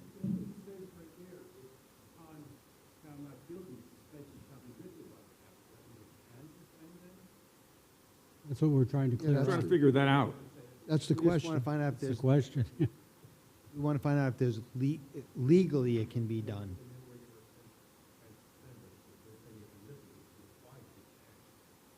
As I understand my fellow members, we're at the point of either you're going to be removed or you're not going to be removed, and you're not going to be suspended because there's no mechanism for suspension. And if they can't suspend, why don't we just say that they would be suspended by the governor or the recall by the people or resignation?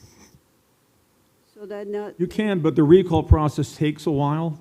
yeah, And the governor can't suspend. What the council can do, the council can appeal to the governor to suspend somebody, because the governor does have that power. So this might be sourcing that without actually saying it. It might mean that the council has the authority under these conditions to approach the governor and ask the governor to suspend. But if that's what it really means, then we have to. It should say that. It should say that. But I do not believe the council has the power in and of itself to suspend a member. and would that include recall by the people or resignation?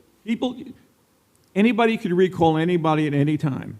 Okay, You just have to follow the state statute. It requires a certain number of signatures. You have to create the recall petition. There's requirements for the recall petition, how it has to be worded. And you have to get the signatures of so many registered voters, and then you submit it to the supervisor of elections. She certifies that it has met the required number of signatures, and then she sends it on to the state, and the state will then approve it, and then it goes on the ballot. So the citizens do have the power to recall, but it takes a while, because you have to have so many, you have to create the document, you've got to go out and get the signatures, you've got to submit them, they have to be verified, they send it on to the state, and then the state gets the machinery in motion, so to speak. I understand that, but people might not know they have that right. So if we add it in the charter, It is, they might it say, is in the "Oh, we charter. can do that. It is in the charter. It's in the charter? we haven't Yeah, gotten there yet. good. It's the next one, it's E, recall. Mr. Chairman, we might clear this up, and doctor, see if this helps. In C, after the word office, how about as provided by law? Or determined by law, instead of by council acting upon as a body, as determined by law. Or state statutes, but Or by statute. I think we need to find out from the city attorney whether or not the council actually has the power to suspend somebody. By governing law, then, I guess. So here I'm also looking at this in relation to the previous one. And again, I will find out from the city attorney if the council does have the power to suspend. I don't believe they do. No. But I could see folding this into the removal or suspension from office. So the request, you have those 5 things, and these 2 are in within the 5 as well in the preceding one. And based off of the evidence, it is then up to the council to request the removal or the suspension of that council member. This way, it cleans it up, it gives you a couple gradations of penalty. Is that kind of what you're looking for? Because it sounds here, now, if the council can suspend, then yes, this makes sense, being able to keep it separate. But if it is to say that the council will ask the governor to suspend, it makes sense to fold this into the previous one, where the council decides, based off of the evidence presented, if one of their members should be if they want to request a suspension or removal. Yeah, I agree. If the council doesn't have the authority, let's fold it into the preceding, I guess it would come under 7B. Is everyone in agreement with that? I'm good with that. Yes. Yes.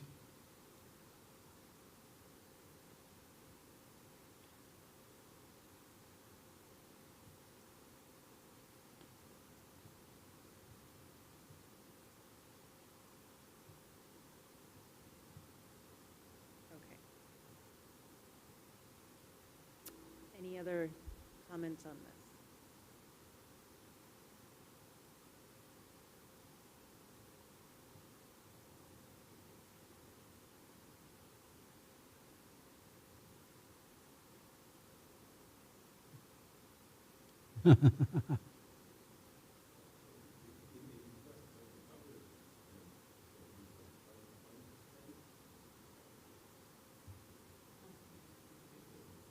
They can't overrule the governor. Just because it's written here doesn't mean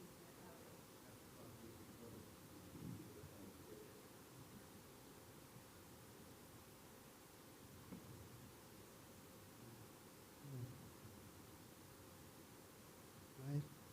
Thanks. Hines and, did I go ahead? Yeah, back up one again. And that just addresses what happens during suspension. Right. I love the word emoluments.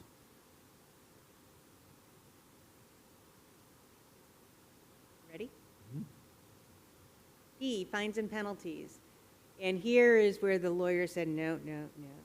I think we need to change that whole paragraph and put in censure, that by a majority vote of the city council, a member may be censured by the council for acts, how do you want to phrase it, for acts that violate, that don't rise to, criminal or civil violations, but which may bring disrepute upon the council or the city. So this is where you want the censure Censure, yes. section. You don't want the censure section. Say that 3 times fast. I'm like, yeah, I'm thinking of the Sally sells seashells down by the seashore. So you're, Censure section. Michael, read it. So you don't want it in the, okay, so we have vacancies, then we have removal of office, suspension of office, and then censure. So I'm just trying to think of a logical creation. I think it's the appropriate place because it's Okay. all about basically trying to penalize the council members for doing wrong. Okay, so the D is just going to be censure. Because we can change, where it says 7 on the title, it says vacancies, forfeiture of office, suspension, fines and penalties. Just change the fines and penalties in that headline to say censure. Since we know we can't fine anybody. And everything else stays the same. So it'd be censure if a council member or the mayor is censured. A supermajority of the council may vote no, no, no. I think it should say, so upon presentation of sufficient evidence, the council may censure a member for acts not rising to the level of removal or suspension. to make it clear that it's a lesser penalty, so somebody goes out and, you know, drives drunk or is caught doing 100 miles an hour by one of the county deputies, it may not be enough to remove that person or suspend them, but, you know, they certainly should be censured for doing something like that, because you're supposed to set an example as an elected official.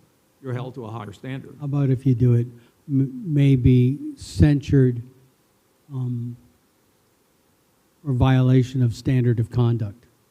That would work. That way it gives it some type of, Standard of conduct or conduct?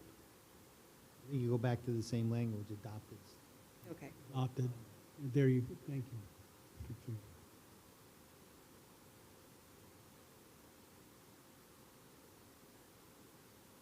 And do you want it to be a simple majority or a supermajority?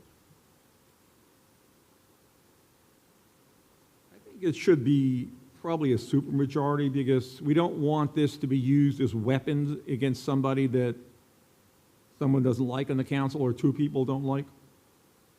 You know, it's a weapon, and it's, you know, it's a public shaming, so to speak, but I think that it needs to be controlled and used, you know, with limited use.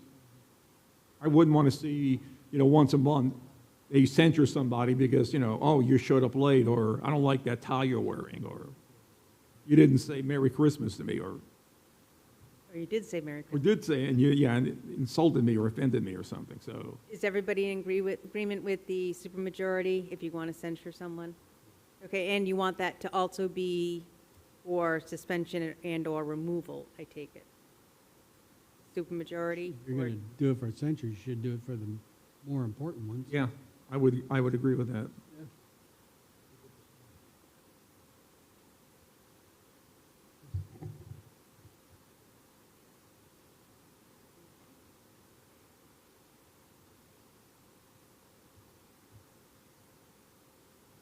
The next one, or do you want? Yeah, we could, any public comments for that section?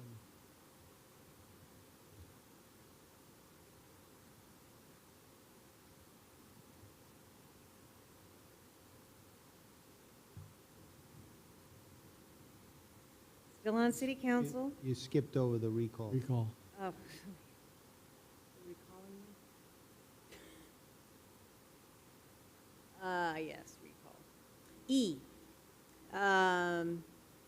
the registered voters of the city following the procedures for recall established by Florida statute or ordinance may remove the mayor or any member of the city council from office. And the reason why ordinance is highlighted is it's a process that's laid out in the state. Yeah, but I'm not sure that that's appropriate. The state law? No, for the city to do it by ordinance. Oh, that's why it's highlighted, because I Yeah. don't believe you can. Yeah, I think it just should be as allowed under state statutes. Yes, there is a full process. And this, Chantel, this is where you can gather the petitions, and when you get enough, you know, I'm not sure what the number of petitions, it might be 10% of the voters in the city. I just, you know, I don't know, but Katie Lenhard would know. But this is where the citizens have the power to recall anybody, any elected official. But you've got to read the state statutes because I'm sure there are a bunch of qualifiers in there. It shouldn't be. No, it's state law. State statutes provide how citizens can recall an elected official. So it shouldn't be voted on. It shouldn't be a city ordinance. State statute, it has this, and this is what we should follow. Yes. Yes.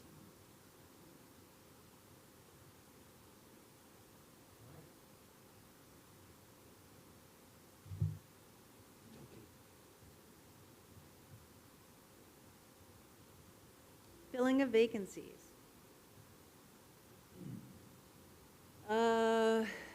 Here we have all of a sudden you have a seat that's empty, and if the vacancy occurs within 6 months of the next regularly scheduled election, The remaining council members, the change here is shall delay the appointment.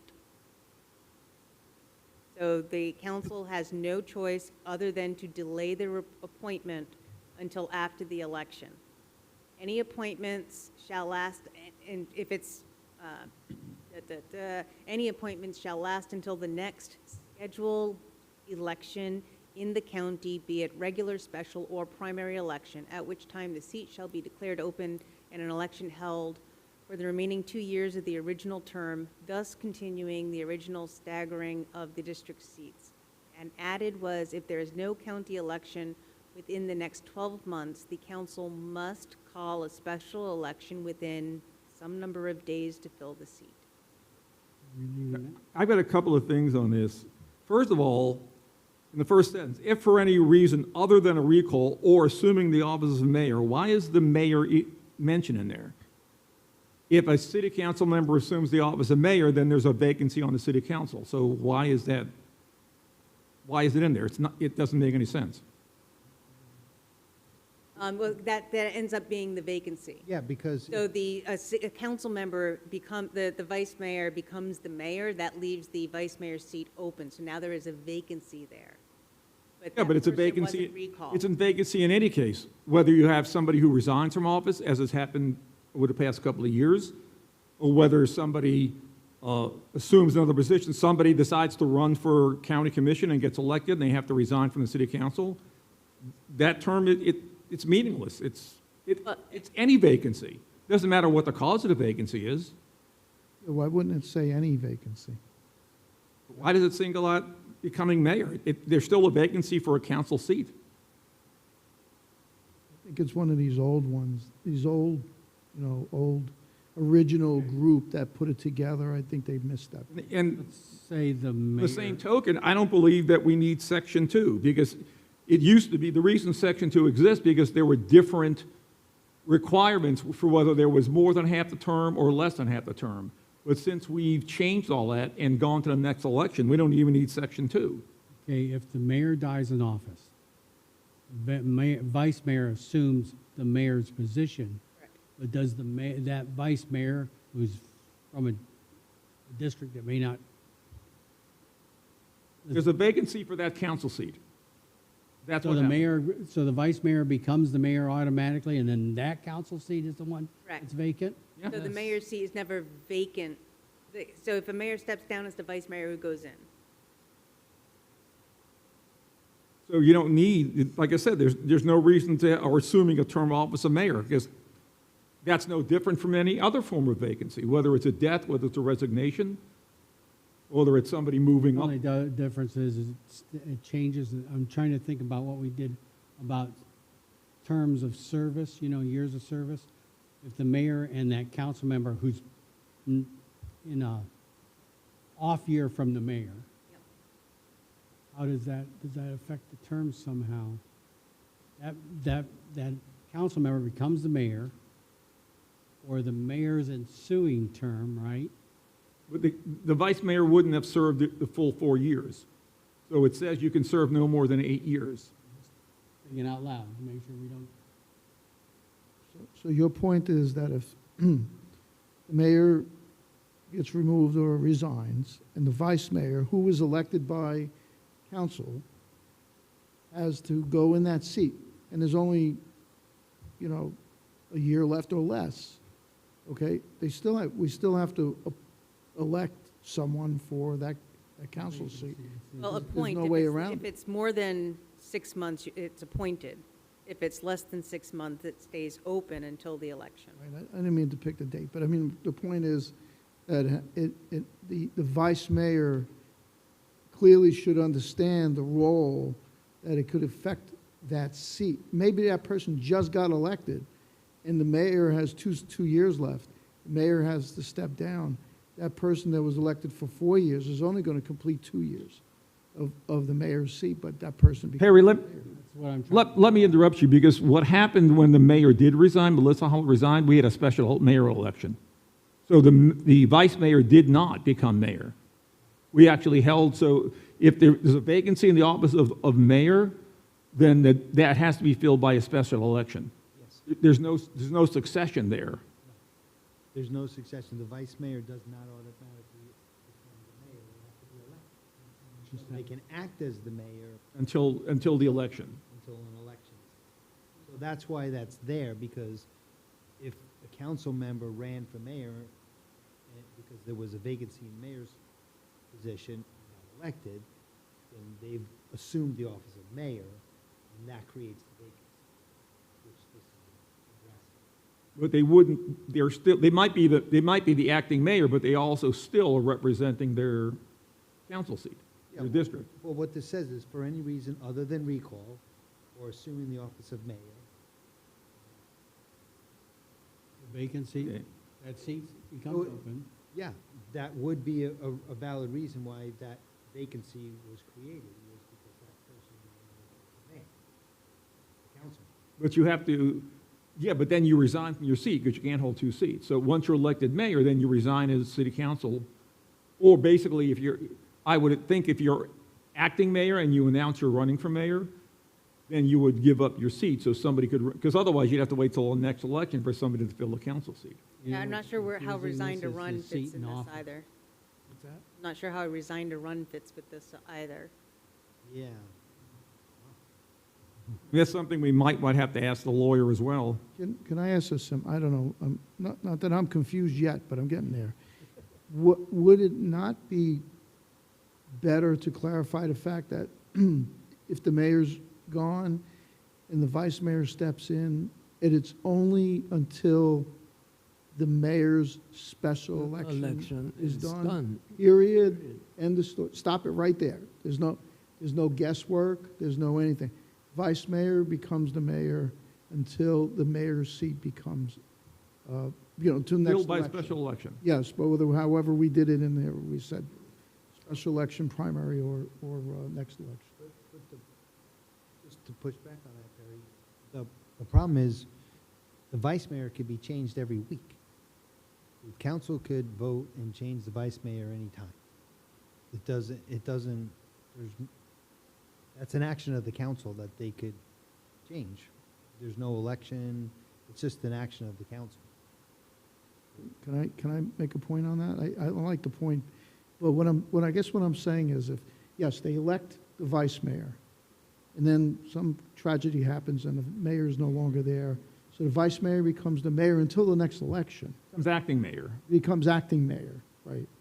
And someone still then has to be appointed vice mayor in the interim, acting.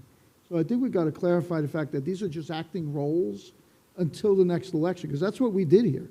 We wanted to make it clear, these appointments, these guesswork, who's going to be the boss, we try to make it really clear. So these are acting positions until the original seat that's vacant gets filled by the people that elect them. No? I mean, isn't that the goal of this? Yes, it is. Yeah, so let's stick with that goal. Okay, so that would actually get added in section 5, vice mayor, election and duties, in section 5B, where if the seat of mayor becomes open, the vice mayor shall serve until a new mayor is elected. Period. Did that make sense there? Until the term, No? Because our goal is not to have appointed seats take up seats and then it sways the board. Our goal is to keep it wide open. Everything is, these are seats that are only for the interim. You know, you're elected by the council as the vice mayor. Mayor is gone, out of the way, resigns. You become the mayor. The next election happens right away.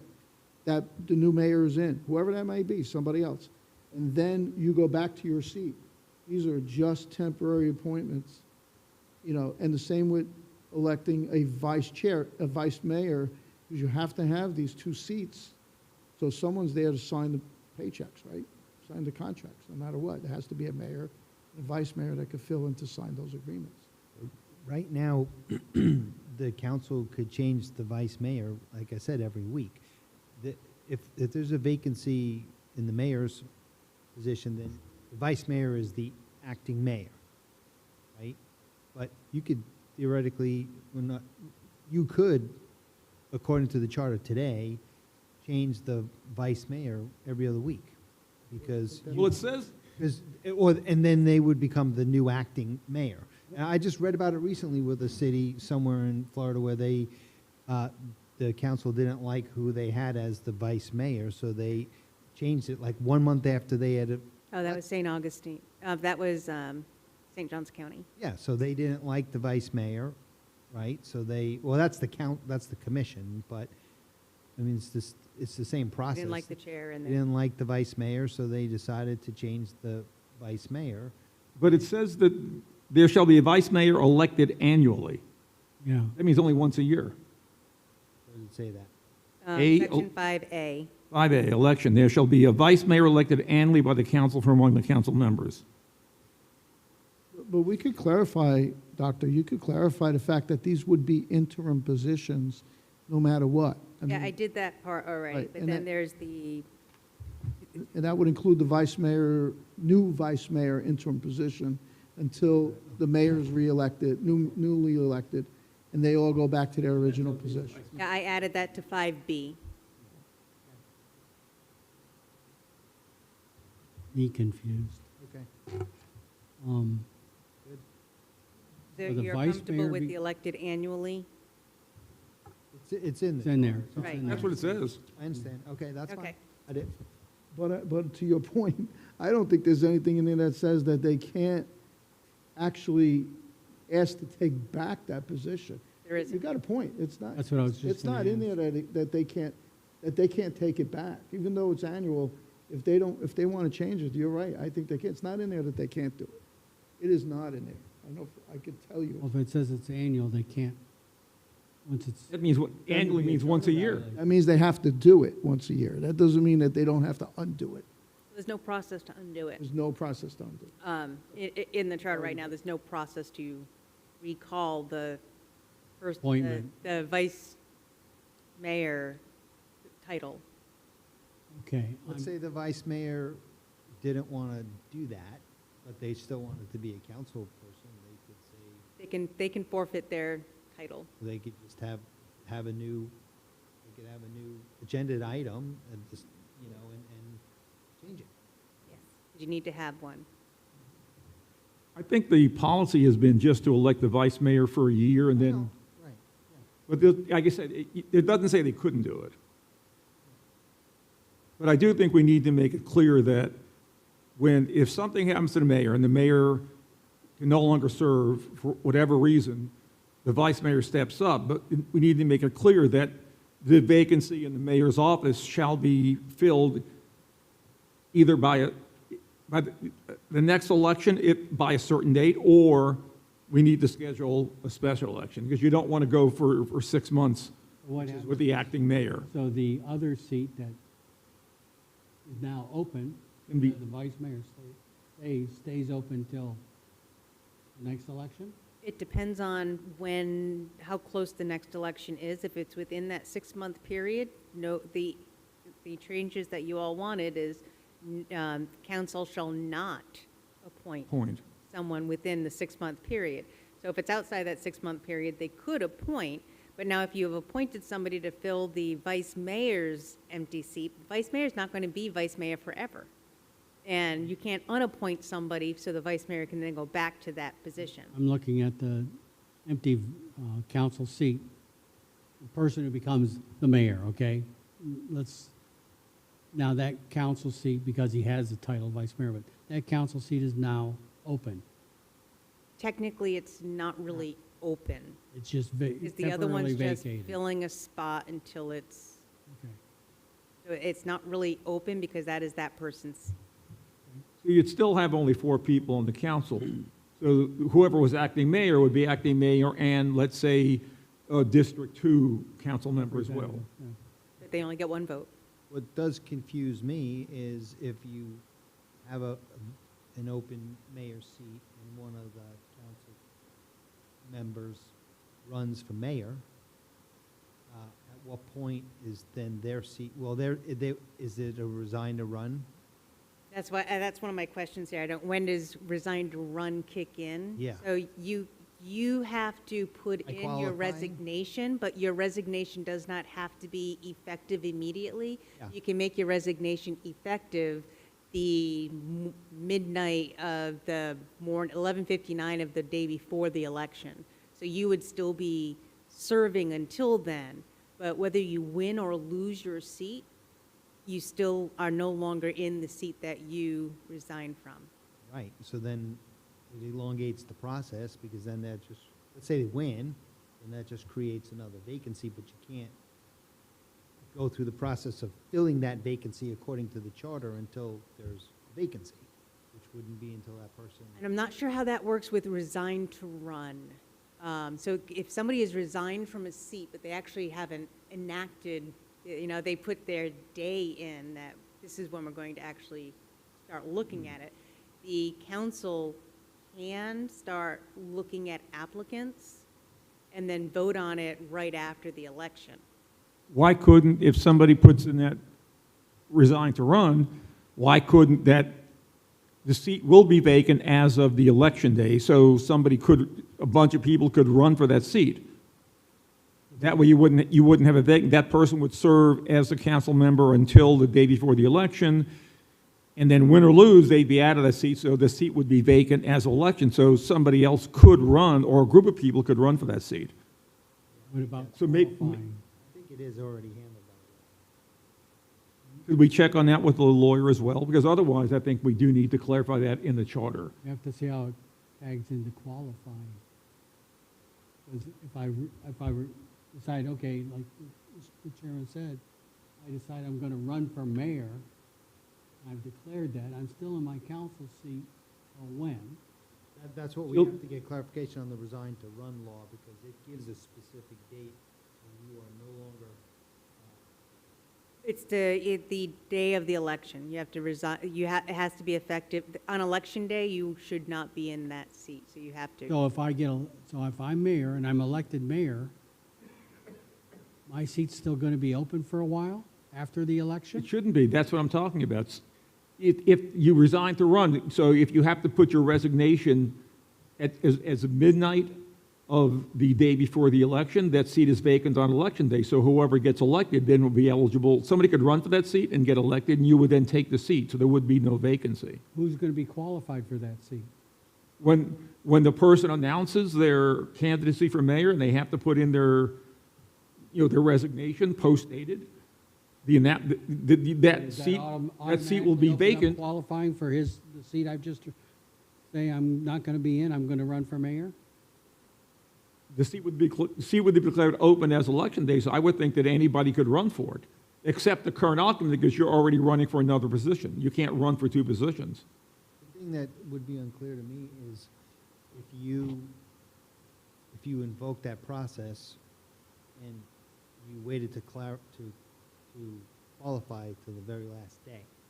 That's what I'm trying to get at. And you end up within that 6-month period, I believe, where council shall not appoint. And it's too late for others to get their stuff to You're going to have to hold a special get election. on the ballot. So then you'd have to end up, as with how the changes that y'all put in, then that would force a special election after the general election to fill the vacancy. Yeah. There's no other way around it. Because if there's no other election within a 12-month period. Because you could wait till the last day, qualify, write a check, do all the paperwork, and then say, I resign, effective the end, on election day, whatever that date is. Right. And no one else could qualify because it's too late. But why would you do that? Because you know you're going to lose the seat. You know you're going to resign from it, and you can't take that back. Politics. Yes, It's politics. it's just playing games. I agree, it could happen, but it would have to be somebody really nasty and Seen it stupid. happen. And I agree, but it seems to me that somebody who would do that, it would be easy to attack them and say, don't vote for this guy because he's trying to pull a fast one. He's trying to deny you the ability to fill his seat. I mean, somebody could do it. It's a conundrum in that, as the chair pointed out again, if you wait to the last minute You're throwing it into special election it's just auto. You're costing the city money. Yeah. I don't know how you fix it. But there is no fixing that, other than you're going to force a special election, so this way,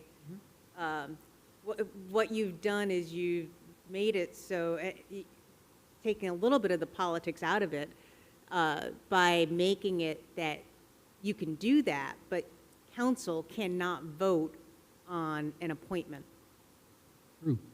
And so then you're pushing it that it has to go to the voters afterwards at that Then special Mike, you election. can beat him out of office because he's not going to get elected by pulling too fast one like that around here. It would give any opponent of his a bunch of ammunition and say, don't vote for this guy because he's sleazy. He's not going to resign, and he waited till the last second so nobody could file. Right, and so that is one of the hopes with how these changes that you are recommending is because council cannot appoint someone within a 6-month period, it would make somebody less likely to wait for the last minute to step down. That gives council the right to appoint someone. So it's less likely, not that it's not going to happen, but it's less likely to happen. And if it does, there's a remedy for that, that it still would have to go to a vote of the people, either at a special election or the individual resigns or steps down from the office before the 6 months, where that gives somebody enough time to be able to get the signatures and the qualifying fees to be on that general election ballot. Doctor, are you telling us we done good? Done good. Done wicked good. Okay, All right, so let's get back to this filling of vacancies. Here we are again. And then Mr. Martin noted that you might not need 2 if we go with 1. So, Yeah, because so we're still on if we're still on the first sentence. If for any reason other than the recall or assuming the office of mayor. I know that we've clarified it here. and if you want to take that out, Mike, I understand. It doesn't hurt anything, I don't think, by doing yeah, because it's confusing. Because there's still a vacancy. it. So it's just if a vacancy occurs. Yeah. All right, is everybody fine. in agreement with that? Yep. Yep. Yes. What about for any reason other than recall? I think So if there is a recall election, It you has have a to go procedure. back through state statute. I believe it can go to it would go to a special election. Well, with the recall procedures, that is a combination recall and election, if I'm not mistaken. Isn't that how it works? So you leave recall this in and just take or assuming. No, the of the- ballot, Yeah, the you're right. ballot is 2 questions. Do you want to recall this person? Yes or no? Right. If there's enough yeses, then there's also a vote for the other candidates. I'd have to look into it. I am not sure. I don't know of any successful recalls in Florida, but I'm sure there have been. It's difficult to do a recall, very difficult. yeah, I would think if you need 10% of the registered voters in whatever the district is or the city or whatever it is, it's a high number to get. Yeah. Somebody had to be really egregious and piss a lot of people off to get that number of people. So I think you could leave in it for other than recall, but just take out or assuming the office of mayor. Mm-hmm. Everybody's happy with that? Fine. The vacancy, filled. All right, then we have the change from, okay, the 6 months, they have to delay the appointment. Any appointment, so this would be if it's more than 6 months out. Any appointment, because that's the only way that there gets to be an appointment, shall last until the next scheduled election in the county, be it a regular, special, or primary election, at which time the seat shall be declared opened and an election held for the remaining 2 years of the original term, thus continuing the originally staggering of the districts. Yeah, there's some other things when we get to it that are going to mess with that staggering, so I think we need to discuss those when we get there. I have a question. Where it says if said vacancy occurs within 6 months of the next regularly scheduled election, remaining many council members shall delay the appointment. Well, I'm going backwards a little bit, but why wouldn't they not want to do a vacancy? I mean, if there's a vacancy and there's 6 months to the election, are they going to work without anybody on that board for 6 months? Is that what we're doing here? Why would we do that? That's what we decided on.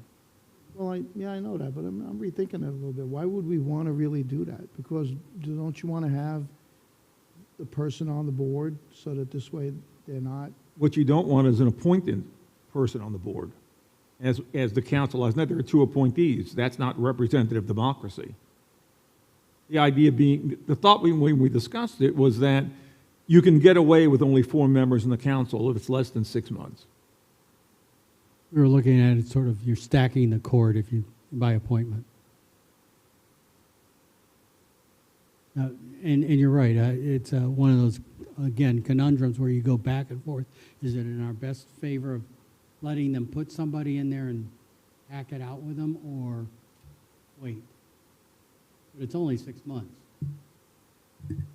6 But months. it's still 6 months of somebody who's appointed, not elected.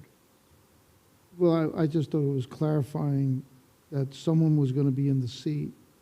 Don't forget, they select from a group of people that apply. So it's not like it's, Yeah, but it's all political. yeah, but I've been at it twice, and I've watched them, really genuinely select someone who did a very good job. So I think we should just revisit it a little bit more. I don't see what the big deal is if there's 6 months left and they only appoint someone to fill in the gap for 6 months. I don't see that as hurting the city. I don't. It's Perry's personal opinion. I don't think it hurts the city. I think what hurts the city is having a vacant seat.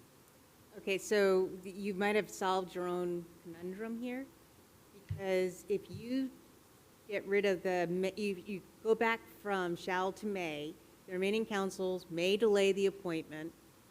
Any appointments shall last until the next regularly scheduled election in the county and all the different types, at which time the seat shall be declared open, If there is no county election within the next 12 months, a special election must be called.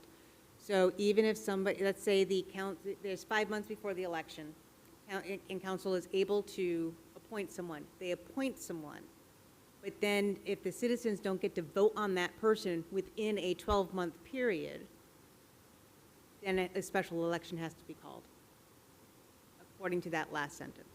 So they could only serve for the ensuing term. They can only serve up to 12 months without going to a vote of the people, if they choose to run for that seat, or run for the remainder of that seat. Yeah, we didn't I remember the discussion, we didn't like the fact that somebody could be appointed for a year. It's just too long. You need to fill vacancies with an election. Well, then can't that happen regardless? So even if it's outside the 6 months, so it's 7 months before the election? Okay, no, because then that will No, get, it's that the other way pushes the around. election. Dr. Dumont. So 6 months left. Seats open. The council puts someone on for that period until that election. What's wrong? I don't see what's really wrong with that. There's nobody on the ballot for that seat for that election. Why wouldn't there be anybody on the ballot for the seat? Because it's within 6 Qualifying. months, they don't get to qualify, Oh, the qualifying period. right? Yeah, And that was the, That's that right, was the that's rub. what- Yes, that's exactly what Karen talked about. I got you, I'm sorry. Right, and Okay. that's why there was that 6-month break, Think and about the shall not. Yeah, no, that's great. I'm sorry, not that it was a senior moment, but I did have to ask that question. You still have that turkey hangover from Thanksgiving. Yeah, I don't know what it is, but thank you, that's fine, yes. It's the qualifying period that really throws the gut wrench in. Okay. Just to backtrack a second, I looked at Florida statutes real quick on recall elections, and it says that if a person is recalled from an at-large seat, which council members are, the election of the replacement is held at the same election.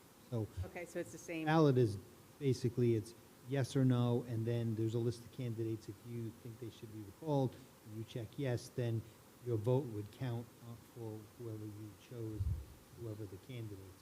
Okay. And the person being recalled can still be a candidate, if I'm not mistaken. So anyway, that's that. I also looked at Florida statutes on the filing and petition, and it's 1% of registered voters or 1% of the salary. That's in Florida law, that's in statutes for municipal officers or elected. So why are these other municipalities? Don't know. I understand, Haven't been Doctor, but challenged. Well, that's That's why what- I want the clarification. I mean, I looked right at the statutes he referenced, they're right there, black and white, on statutes. There's got So to be it's an so underlying 1% reason. of the council salary would be about $280. It's not far off from what we said, it's a little bit more. Yeah. For the mayor, it's pretty right on, almost. Yeah, because I don't know what the mayor's salary is now with the increase they've had in the last 3 years, but I would assume somewhere about 33,000, I would think, so 330, Yeah, and we had 400, so it's not that far. yeah. So I guess if those are the statutes, we'll have to change those to 1%. You can verify with the attorney, but that's, I just want to say I looked at it, And you said 10% of the signatures, right? 1%. What, 1% is, oh, okay. It's still a lot of signatures, It is. still 900. But if it, you know, we're subject to subserving the state law, so that's what it is, we just have to live with it. Are you still going to look for a clarification of why other cities can do it and we can't? So that is though, well, we shouldn't go, we're not, I jumped us, I don't want to do that, so let's keep going. No, that's Back to fine. that on the third time. That's fine. We still happy with this? Yeah, I still wonder whether we just couldn't We're consolidate. moving the, or assuming the office of mayor. Yes. And you still, and Mr. Matrano, you're okay with the 6 months shall not appoint? Yes, Realizing that that's the, I'm good with that, I'm qualifying? just wondering if should we mention the fact that regarding qualifying, as a requirement of qualifying, I don't know, just, I'll put that in the rationale. let me just to think about. Because if I asked it and I sat on the board, there's got to be 100,000 more people that might ask the same question that weren't here the day we spoke about it.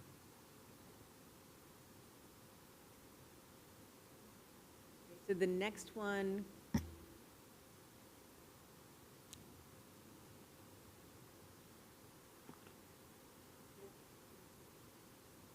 We didn't put a number I on the want to last come back sentence. to the vice mayor. If a mayor can have only 2 terms, but then can become a council member, would that disqualify that person to become a vice mayor? Because if the mayor is disqualified at some point or dies, the vice mayor will not be able to step into the role. Vice Mayor only steps in temporarily. Temporary, Yeah, they that don't would be become the mayor. acceptable? Okay. And a special election for mayor, I think it would be fair for a council member to say, by the time of the election, his or her own seat would be available, because if he wins, there's another seat to fill, and we need another election, so why not combine both in the same time? And I think most people who have run have stepped down to run, but apparently you don't need to step down And if you wait until, if you put your resignation in, but it's something we need to look into, because if you have to resign by the day before the election, then it seems to me that the seat will be vacant and somebody could run. You could get candidates running for the seat because the seat will be vacant. It might not be vacant now, but it's no, And then you have to fill it again. I know, it doesn't make And sense. also, why having another election when you could have combined both? I agree. That's what we're looking into. Okay. Now, the other thing is about the vice mayor. If you have a person who is vice mayor, and so it's a 1-year appointment, and during that time, the mayor's not there anymore, so that person steps into that role, and then comes the time to change or vote for the vice mayor. Does that mean the new one becomes the temporary mayor? Is that how it works, or? I think that would be up to the council. If you have a new mayor on it, I mean, I think that the council could either, accept the vice mayor going back to being the vice mayor, or they could decide to take another vote and appoint a new vice mayor. Okay. But I thought we mentioned that these were going to be interim positions, no matter what. So if the vice mayor became the mayor, in the absence of the mayor, the board would elect an interim vice mayor, Yes. right? And then when, So that means that person loses that ability to be back in that position. No, they go back. they all go back. They all go back. They all go back. So there would be a temporary vice mayor. Yes. Okay, thank you. It would be acting vice mayor. And then once interesting. once the mayor comes back, the acting part goes down. The Okay. council member goes back to council, the acting mayor goes back. All right, thank you. But before we finish this, on section 1, we do have to put in, on the last sentence, with an XX days to fill the seat. So we do have to put a number in there. We left that blank. And if you look at Article 8, Section 5A, it has a number there of 30 days. I'm not sure 30 days is long enough, but that's what it says. Karen from the elections office, who's also an alternate, said that I thought it was a 60 or 90-day window. I can't remember. She said 90 days. But I thought it was a 90-day window that they need in the elections office. Yeah, I think it's 45 days because they have to close the ballot and they have to get it printed, so I think that was 45 days. So I think they would like 60 or 90. So I think that the process needs to be completed by the council right away, like within 30 days, and notifying the elections office, so it fits that criteria of time. So So it's a 90 days. it should be 90 days to fill a seat. And where are you all? Very last sentence. The last sentence, the Right. add-on. Oh, I'm sorry, I was in The Article add-on 8. in red. It's a question of what this sentence means. When you say they must call a special election within, say, 30 days, it just means within 30 days you have to announce the date of the special election, not that you have to have the election within 30 days. Yeah, definitely, yeah. So, but I think that instead of XX, we should put 30 days, because there's no reason 30 days is enough time to talk to Katie and her staff to find out what dates are good with them. So they should call the election. It won't be within 30 days, but within 30 days, they should announce the date of it. It says specifically, the council must call for a special election within the next amount of days to fill the seat. So thereafter, those the 30 days that we would make sure that they make that decision that they're going to do it. The fill the seat days are going to be according to the elections office. Yeah. Yeah. So I think that instead of XX, we should make that 30. Yes. I agree. Maybe change the language from must call to must determine a special elect, no. All for a special election Announce, or announce, yeah. announce Yeah. the date, Or specifically. vote for. Announce the date. Must call for a Special election. special election within 30 days to fill the seat. Yeah. Okay. Or if you want to be a little more specific, must announce the date of a special election within 30 days. That's good. It's even more specific. Yeah. That gives them time to Yeah. question the elections office. Yeah, because there's a specific, as you said, there's a specific amount of days preparation. Yeah, they gotta get the ballots printed and, so it takes, because obviously you're gonna have to give people some time to get their petitions. And so it'd be nice to hold the election within 30 days, but that's just not gonna happen. And by putting the 30 days in, that ties the council's hand on, they can't just procrastinate because they want to procrastinate. Exactly, Exactly. exactly. Got it. Moving right along. Okay, so let's keep, I want to stay in this one, because we can get rid of number 2 if we do some tweaking to number 1. Because of these changes with the appointments and having to go to an election, and 1 and 2, all of the language is the same except for whether it's the first half or the second half of the term. But regardless, all of it, regardless if it's the first half or the second half, It's treated the same. right, they're treated the same. So you get appointed, but then you have to go up for a vote within a year. And you might have to have a special election. So there is no longer a distinction between the first half and the second half. As long as you remove the held for the remaining 2 years of the original term, that's the difference. This one says 2 years, the other one says the remaining of the 4 years. So just the remaining of the term, regardless of what you're appointed. Actually, no, let's walk through this. No, I think you're right. So any appointment shall last until the next regularly scheduled election, at which time the seat shall be declared open and an election held for the remaining term. Thus The continue. remainder of the term. The remaining term. Are you all in agreement with that? Then we can just get rid of 2 because we don't need it anymore. Correct, because it's just redundant at that point. Amazing. Everybody in agreement? Yes. So that's gone. I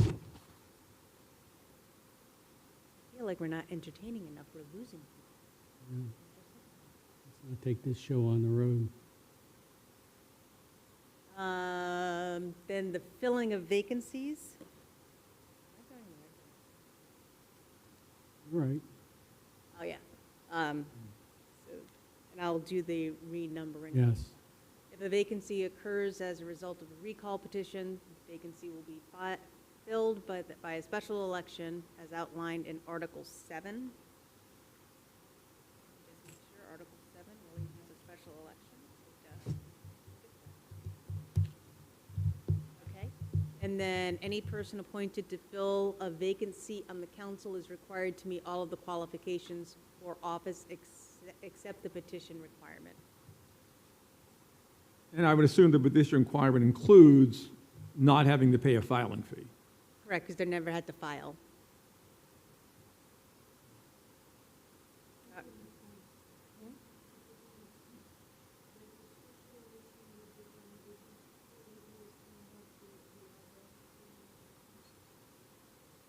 You couldn't do a special election in 30 days. Because people have to have time to get the petitions. Where are you? That's when we're telling them to call the special election.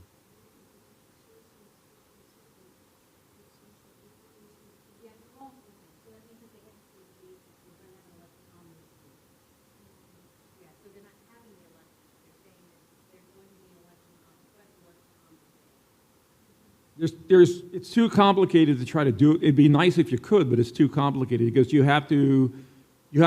there's probably 30 days before the election, you have to have the ballots printed, which means you have to have lock in the candidates. And then you got to give the candidates time to either get the petitions or pay the qualifying fee. So it's not possible to have an election that quickly. Okay. The- Yes? Again, I think we have a logic disconnect here. on 3, because it says if a vacancy occurs as a result of a recall petition, and such vacancy shall be filled by special election as outlined in Article 7. Article 7, with respect to special elections, just talks about vacant position of mayor. Well, hold on. No, we got rid of the, of, Scheduled for special elections?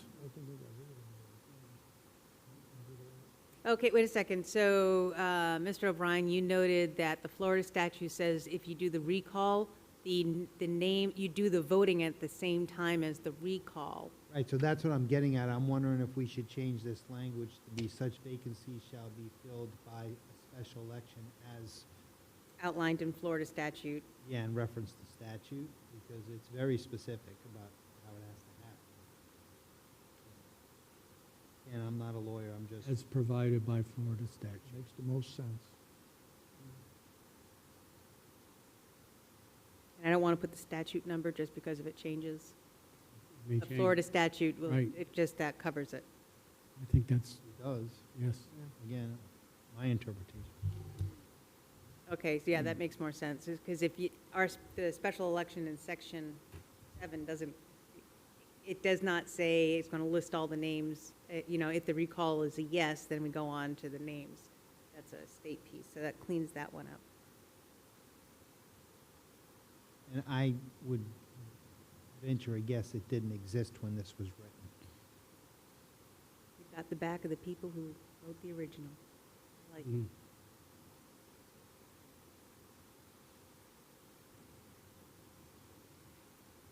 City council, here, we're just talking about meetings, and instead of at least once a month, the change was to twice a month.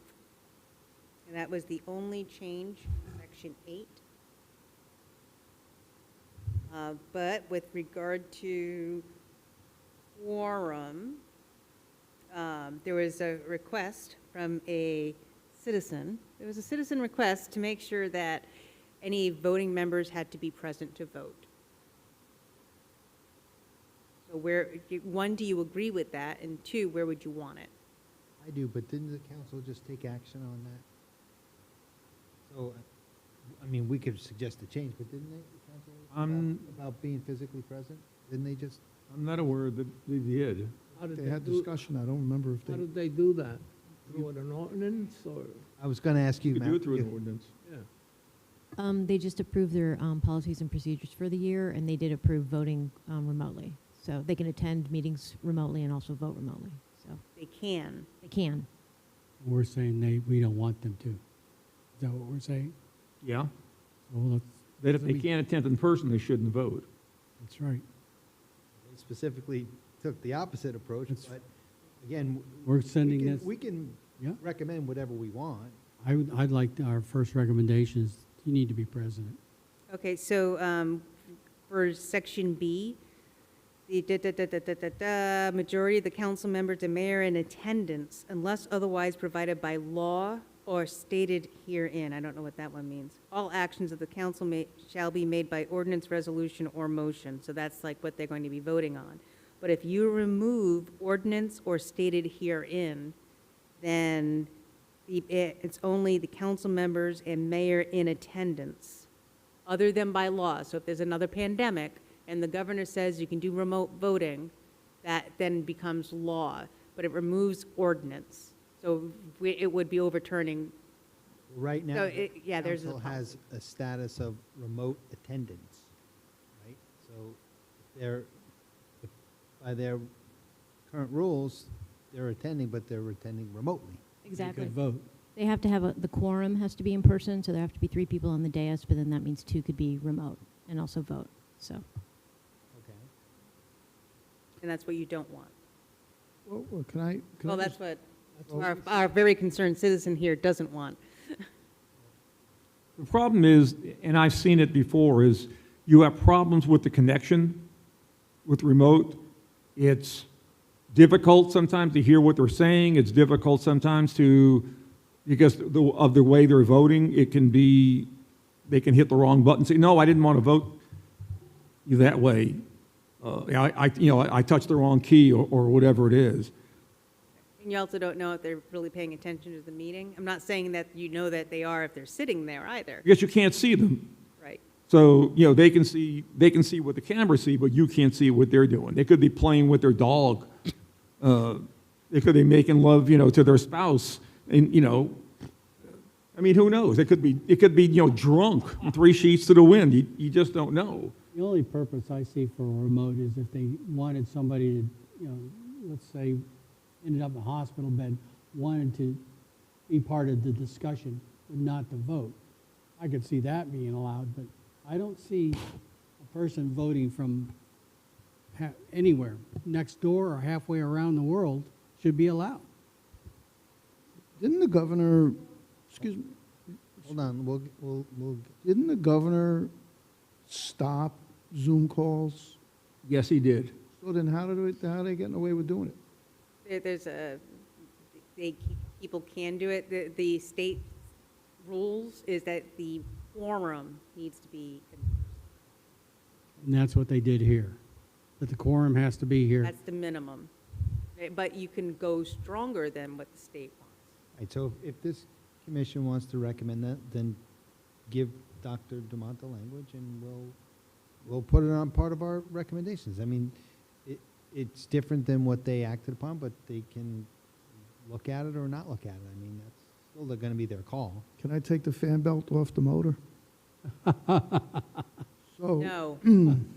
So, okay, so they have to have a physical quorum, and you can attend by Zoom, or whatever they want to call it. The bottom line is, as much as I'm in agreement with Chantel totally, but we're going into the 22nd, 23rd century, maybe, whatever. We're going forward. I mean, so this type of communication now with all that, it may be scary with AI because we could be looking at someone who's not really there. That's possible, but do we stop it? Like, they don't want to stop it because that board is a bit younger than it used to be. And they realize that this is an important growth aspect of the future. So I don't know if we should restrict it in here. I know we agree that we don't like it, but I don't know if we should restrict it. But I also think that the one comment we could make is that you can attend by Zoom, but if the quorum is made, you shouldn't be able to vote. But you can't stop that either, because they need, You have to have a quorum, but you can't vote, or you could Zoom discussion. Right, yeah, so you can engage in the discussion, but you can't submit a vote. Since there's a quorum, the people who are present physically who would do the voting. Now, what you're touching on there is it's a wonderful little question that you ponder over some sipping bourbon after a long day. What is it to be a representative in a democracy? Why would we even need a physical presence? If you want to take that to the nth degree, no, you can't do that. Getting to in those Florida. days. But, and then how do you know that they're real? And then what the crux here is, how do the citizens get to engage with you? Should they be able to engage online? So are you going to open up public comment online and everybody gets to have their little avatar talking? So that is it's a discussion that really is being held in my circles. There's no answer. I will say that technology is greatly Scary. improved, but the stability of that technology can be, you can have a lot of user error. How do you know somebody's not hacking in to the remote person's line, and when the council member votes at home or wherever they may be, somebody's intercepting it and changing the vote? So what I can say is I do play around with AI because it's part of my job. And I have an avatar that looks like me and sounds just like me, and the facial expressions and everything are me, and it's not me. It's whatever I type in to make it say what I want it to say. That's our point. And, Yeah, but and that's technology that's actually working right now. And so, and you can get that from an elected official by just lifting the voice from the recording. So it's a exciting but kind of slightly freaky time that we're, I'm not here right now, but we're Sure. voting. you wanted the new 3D vision. I'm sorry, I retract my point. No, but I don't. I honestly think holding back progress is inevitable. There's no way we can control that. True, too. There is no way. We can put whatever you want to put in the charter, and progress is going to continue. But the whole point that the doctor brought up, my compatriot brought up, is problem with doing it, not being here, is there's not an allowance for interchange between that side of this dais and this side of the dais to the person who's on the phone. And I love AI. I love a lot of things it can do. But when it comes to representing me in my city where I live, I want you sitting right here unless you got an excused absence, and then you're not voting. I don't care if you discuss, but you're not voting. That's my point. I would agree. It's part and parcel of the agreement you make when you get elected. You're representing the people, and people should have access to you. And if you can't make meetings, you shouldn't have run for the office. It's incumbent upon the representatives to be here and be available to the citizens, to look at them, to be able to, as you said, have discourse with them, a discussion with them. And I just don't believe that they should be voting. I think it's incumbent upon them to show up. And if you decide to book your vacation, you're doing 3 weeks in Portugal or something, fine. Then you don't get the vote. Mr. Chairman.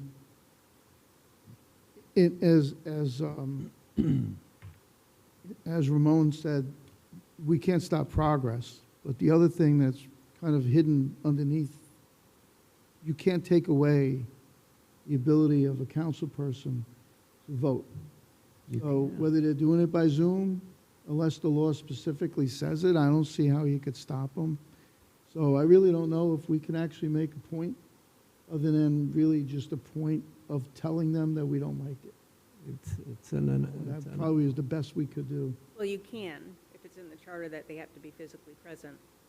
Yeah, but they have to vote. They have to vote to put it on the charter, right? So Right, yeah. that's our Well, way and of that's what telling the them. chair was saying. It's just You tell them that's what we want, even though they voted a different way already. I'm with you. I agree. We should at least tell them. They'll probably go the other way, but I agree. But progress cannot be stopped. Or are we agreeing to say you have to be present, and then if the board wants to continue the way they've already voted, that's up to them? I would add one word, in physical attendance. Yeah, I would go I along with that. like that.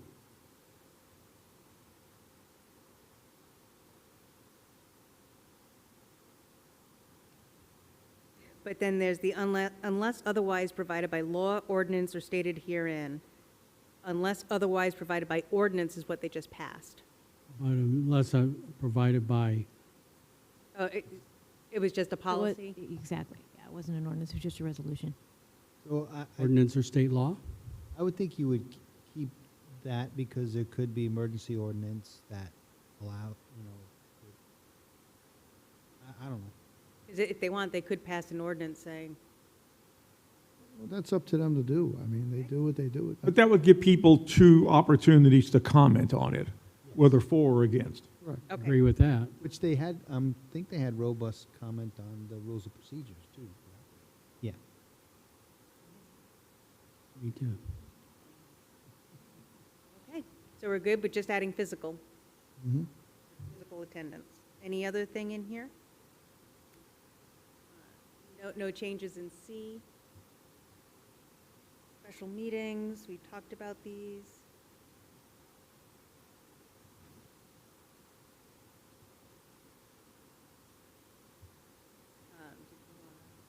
Yes, I think we have some public comment there.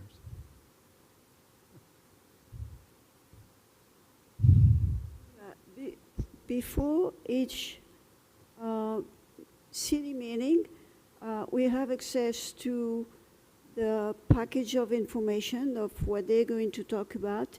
And a few weeks ago, I printed that. That was the meeting policies and procedures. And it starts like that. It is the policy of Pamco City Council that these rules of procedures shall govern all official meetings of the City Council. The members of the City Council, City Manager, City Attorney, City staff, and the public shall adhere to these rules to it. And one of them is remaining in chambers during a City Council meeting. City Council members should remain in the City Council chambers at all times unless an emergency or illness should occur. City Council members present in a meeting should not absent themselves for a particular item.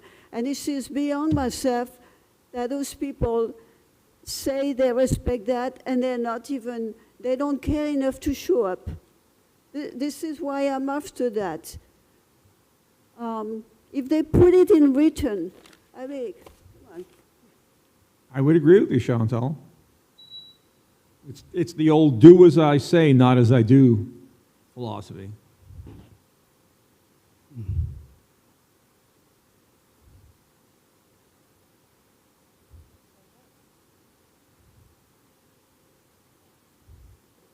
City records, only change was, one was the question of printed. That came from one of the town halls. Yeah, and what he said, it should be recorded.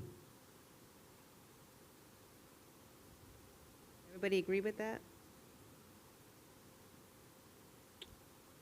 By the way, is there a regulation that all public meetings that are recorded or all public things must be saved like in a mountain somewhere like we have in the past?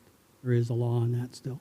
Yeah, it's public records. Okay, So you need to, back it up. yes. They have a time limit. Don't they have a time limit on public records? For requesting them? No, for or- storage. Storage? Oh, no, you store them for, like, well, like, Forever? if you go into the archives, city clerks can, the archive, like the old cities, you guys are still kind of new. They're like, they're from the 1800s. You can like see who voted on what and what the discussion was, if you can read the writing. Yeah, I've actually seen those, sat and read the original books. Yeah, One no, of them they- was the town of Palm Beach. They held the meetings on the mayor's porch. And the reason for that is like when those minutes get approved, that is the record of what happened at that meeting. And that is final. That's why you have to approve the minutes, because those minutes are the things that are being stored, that this is the documentation of how the decisions were made, who did what, and all that. So always review your minutes carefully. Sure. For consistency, should we say in accordance with Florida statutes or state law? I'm not sure what we have on all the other records. I'm just looking at, City records? Well, it says of all meetings in accordance with state law. yeah, should we, is state law what we're using as reference in the section? Yeah, the Or is it sunshine. Florida statutes? We'll look at that.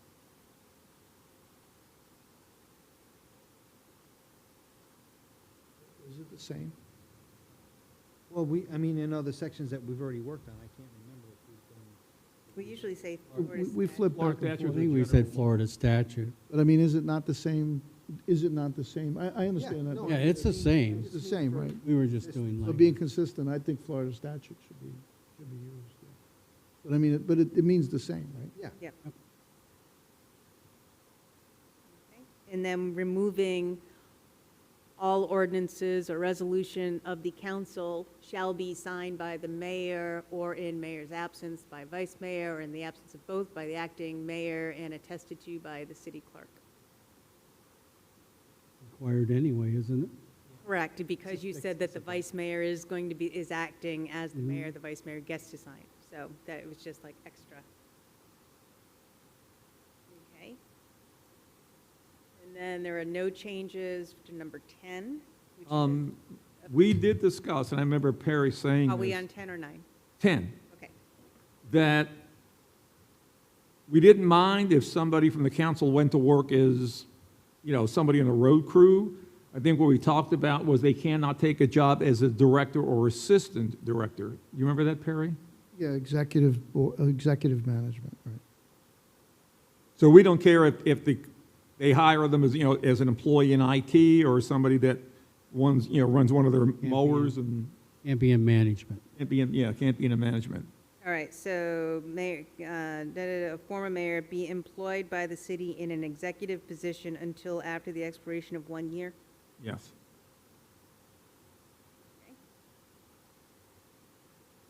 And then the non-interference is the mayor and council? Yes. Just to clarify that, because obviously we've had a problem with that recently. So just add clarity to make sure that anybody who runs for mayor, hopefully they read the charter and they'll realize that, you don't run the city. You're just basically another council member. And Not strong mayor. And I'm going to remove and its members, since it's the mayor and the council, that's all the membership. But it just clarifies it better. Right. here we have reference to Florida statutes, the last two words.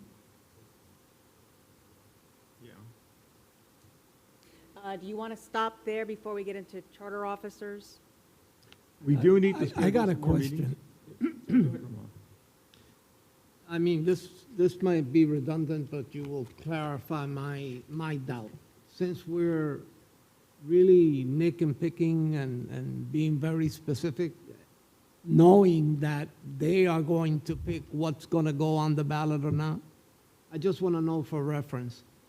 When you look at the editor's note on the beginning of the charter, it says April 3rd, 2018, approved proposed amendment of the charter, which in effect replace the charter in its entirely. Correct. So, because of all the work This'll we're do the doing, same thing. shouldn't we be recommending the same thing? Isn't that automatic? That's what you and I discussed. So I've been working with another city, and they really are trying to replace their whole charter, and it's the rule of thumb is people need to know what they're voting on. So if you're replacing everything, how do people know all of the stuff that they are voting on? So it's easier, let's say it's gender. So the original charter only refers to he's, and you want to say he, she. You can say just updating gender throughout the whole charter to say he, that / she instead of just he.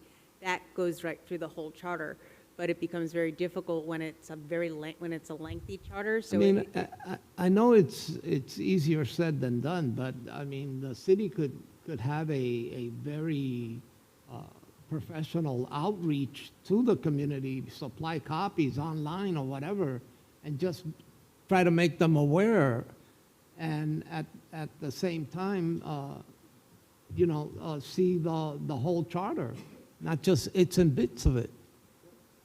I mean, because it was done in 2013, so. Well, instead of replacing it, and it kind of, I don't know if it's the word supersedes it, but it still would exist then if you just, if you look at it like that, right? I mean, is there a way to word it?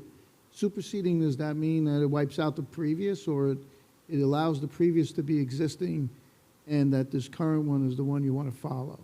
Because you change some language, like you just said, he, she, whatever. well, you're changing the but the voter would vote on the Language gender change. correction and they'd say yes or no to that. If you do it as a whole chart, let's say you're like, this is it, and the council goes, all right, this is what we're going to do. We're going with all of your suggestions. We're going to put it all on the charter. Any one thing that somebody doesn't like can vote the whole thing down. Right, so there's strategy to that. But the council can present the entire charter with the revisions that we've suggested if they wanted to. That's their prerogative to do that. That's what I was trying to get at. Right, but I don't know, legally, I don't know That would take a lot of outreach to make sure people understood all of the things that they would be voting on. What goes on the ballot? Well, That's- I no, think that's- like, it's the charter as a whole, you can't put the whole charter on the ballot. So it'd be all of the Title. changes. I mean, I would like to know how they did it in that year. Bad advice. Huh? Bad advice. They really shouldn't have done that.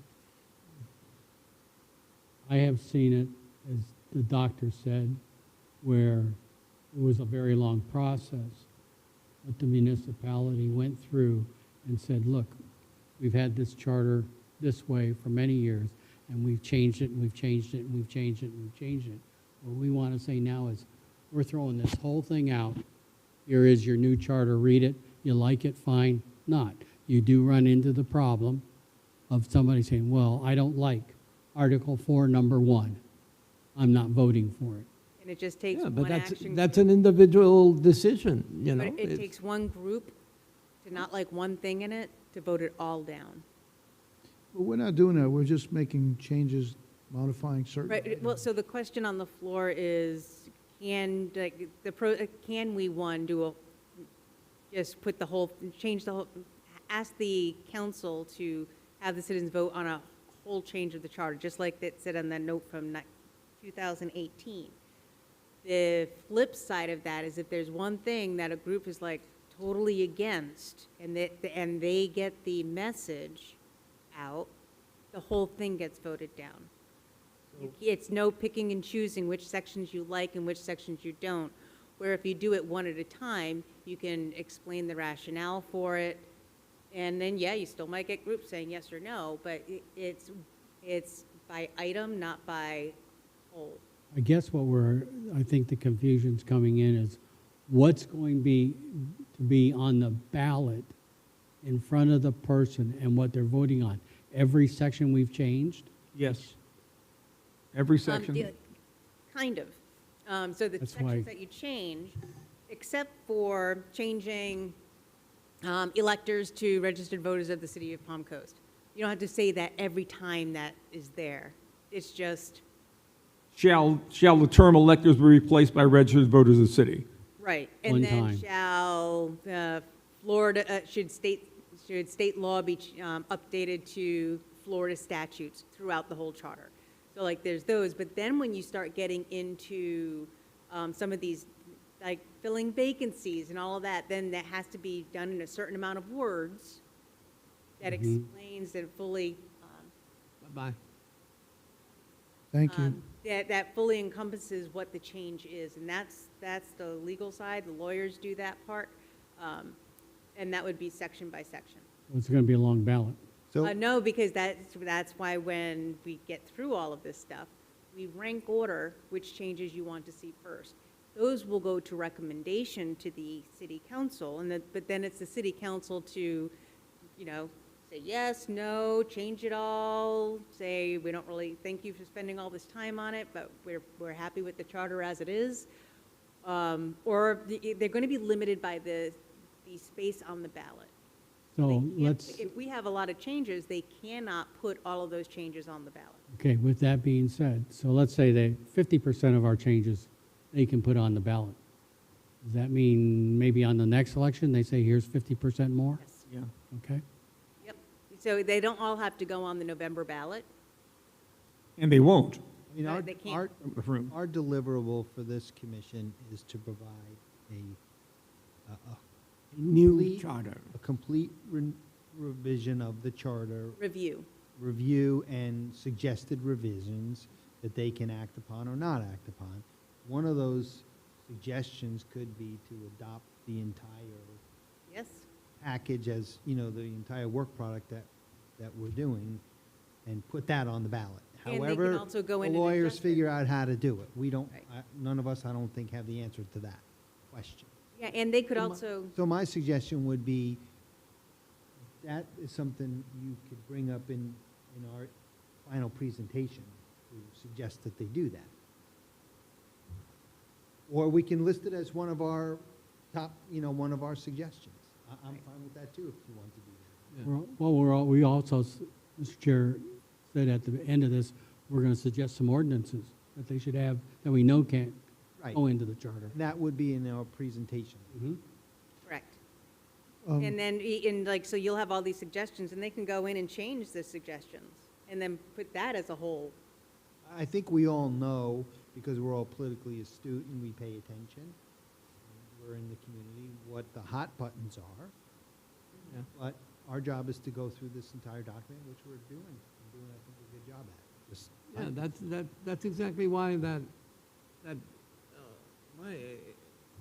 shouted out at me, you know? If it was done once before, why not recommend it again? Oh, you can recommend whatever you want. How are they going to do it? Yeah, of So- course. I think maybe we already have the answer to our question about a stopping point. So I would suggest we have a discussion about future meeting dates, because we need to do that, and get a handle on that. Because we don't have anything else published for a meeting date at this point, correct? Correct. So we need to get that done. If I could make a suggestion, that we're meeting every other Monday. If I could make a suggestion that instead of meeting on the first and third Mondays, we meet on the second and fourth Mondays, because on the third Mondays, I have my board meeting, mosquito board meeting in the morning, so it makes it, I don't mind a long day, but my problem is it's changing gears from going through all the mosquito stuff and then trying to get myself, going through all the charter stuff. We'll let you do it remotely. It really bugs you, doesn't it? No, You're recommending the first and third? no, we're doing it on the first and third now. Okay, second and So fourth. second and fourth. We need to Or get- first and fourth. It'll start, the next one would be January 13th. Need feedback from the clerk on that. Mondays are pretty wide open. We have a couple of federal holidays, one in January and one in February, but other than that, the council chambers are generally open on Mondays, so. What's our deadline again? March March 31st. 31st. And the last meeting in March is March 17th, the last council meeting in March. And it's a business meeting. So we need to have our work done before, in time to publish for that 17th meeting? I believe so, yes. So by March 10th? What's the publication date? No, I mean, you could present on the 17th, but that would be like your opportunity to discuss it with council. But for agenda purposes, for Right. public notice, it has to be, Oh, just a week. Yeah. So that would be March 10th, and the one before that's, But considering the way we're moving, I think that we'll make it. at most 4 more meetings, I think. If we have 2 in January and 2 in February, I think we can go through everything. I think you're right. We're looking at the 12th and 26th of January then. And then February, the 9th and 20th. Correct. That's if everybody's on board for the second and fourth. what about you, Doc? I'm good on Mondays. Each Tuesdays and Thursdays in the spring. I have no, Can you say those dates again, Ramon? January 12th and 26th, and February 9 and 23.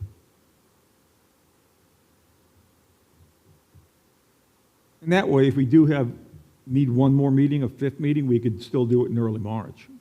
Yeah, then it would be March 9th, which is the second Monday, and then the following week would be the council meeting. Or we could do it on the first Monday, just to give ourselves more time. Just if If we have to fit it. but I think we can wrap it up in 4 more meetings. So can we run those dates one more time, please? January 112, 12 January and 12th, 26th of 26th. January, and 9 and 23rd of February. And then we'll discuss March. it means our chair will have to keep the whip going. I think you're all doing fine. Well, all right, is that, Clerk, is that okay with you? Well, I mean, I'll share it with the city manager. And like I said, there's no conflict of any other committees or anything else going on Monday, so I don't see that it would be a problem, but we'll confirm with her. Do you know the Thank you. days of the federal holidays? Were they on any of those? No, There is Martin Luther King Day is on the 3rd Monday, so Okay. And That's good. Helps us avoid. Doesn't our new manager start this next Yeah. week? Yeah. I'm not sure about president, when's President's Day? That would be the second or third Monday in February? President's- It's February 16th. All right, so that one's good for us, too. All right, no, so the second and the 4th actually avoid a lot of the holidays. Okay. Okay. I think we have consensus on that. Yeah, the 19th is Martin Luther King in January. That would be the 3rd. Yeah. We're good. And the 16th of February is President's Day. Oh, good. Excellent. Okay. Any other discussion? No. Call for adjournment? A motion to adjourn? No, I'm not doing it. All right, we're adjourned. 3 to open, 1 to close. Good job. Thank you, Ramon. Merry Christmas.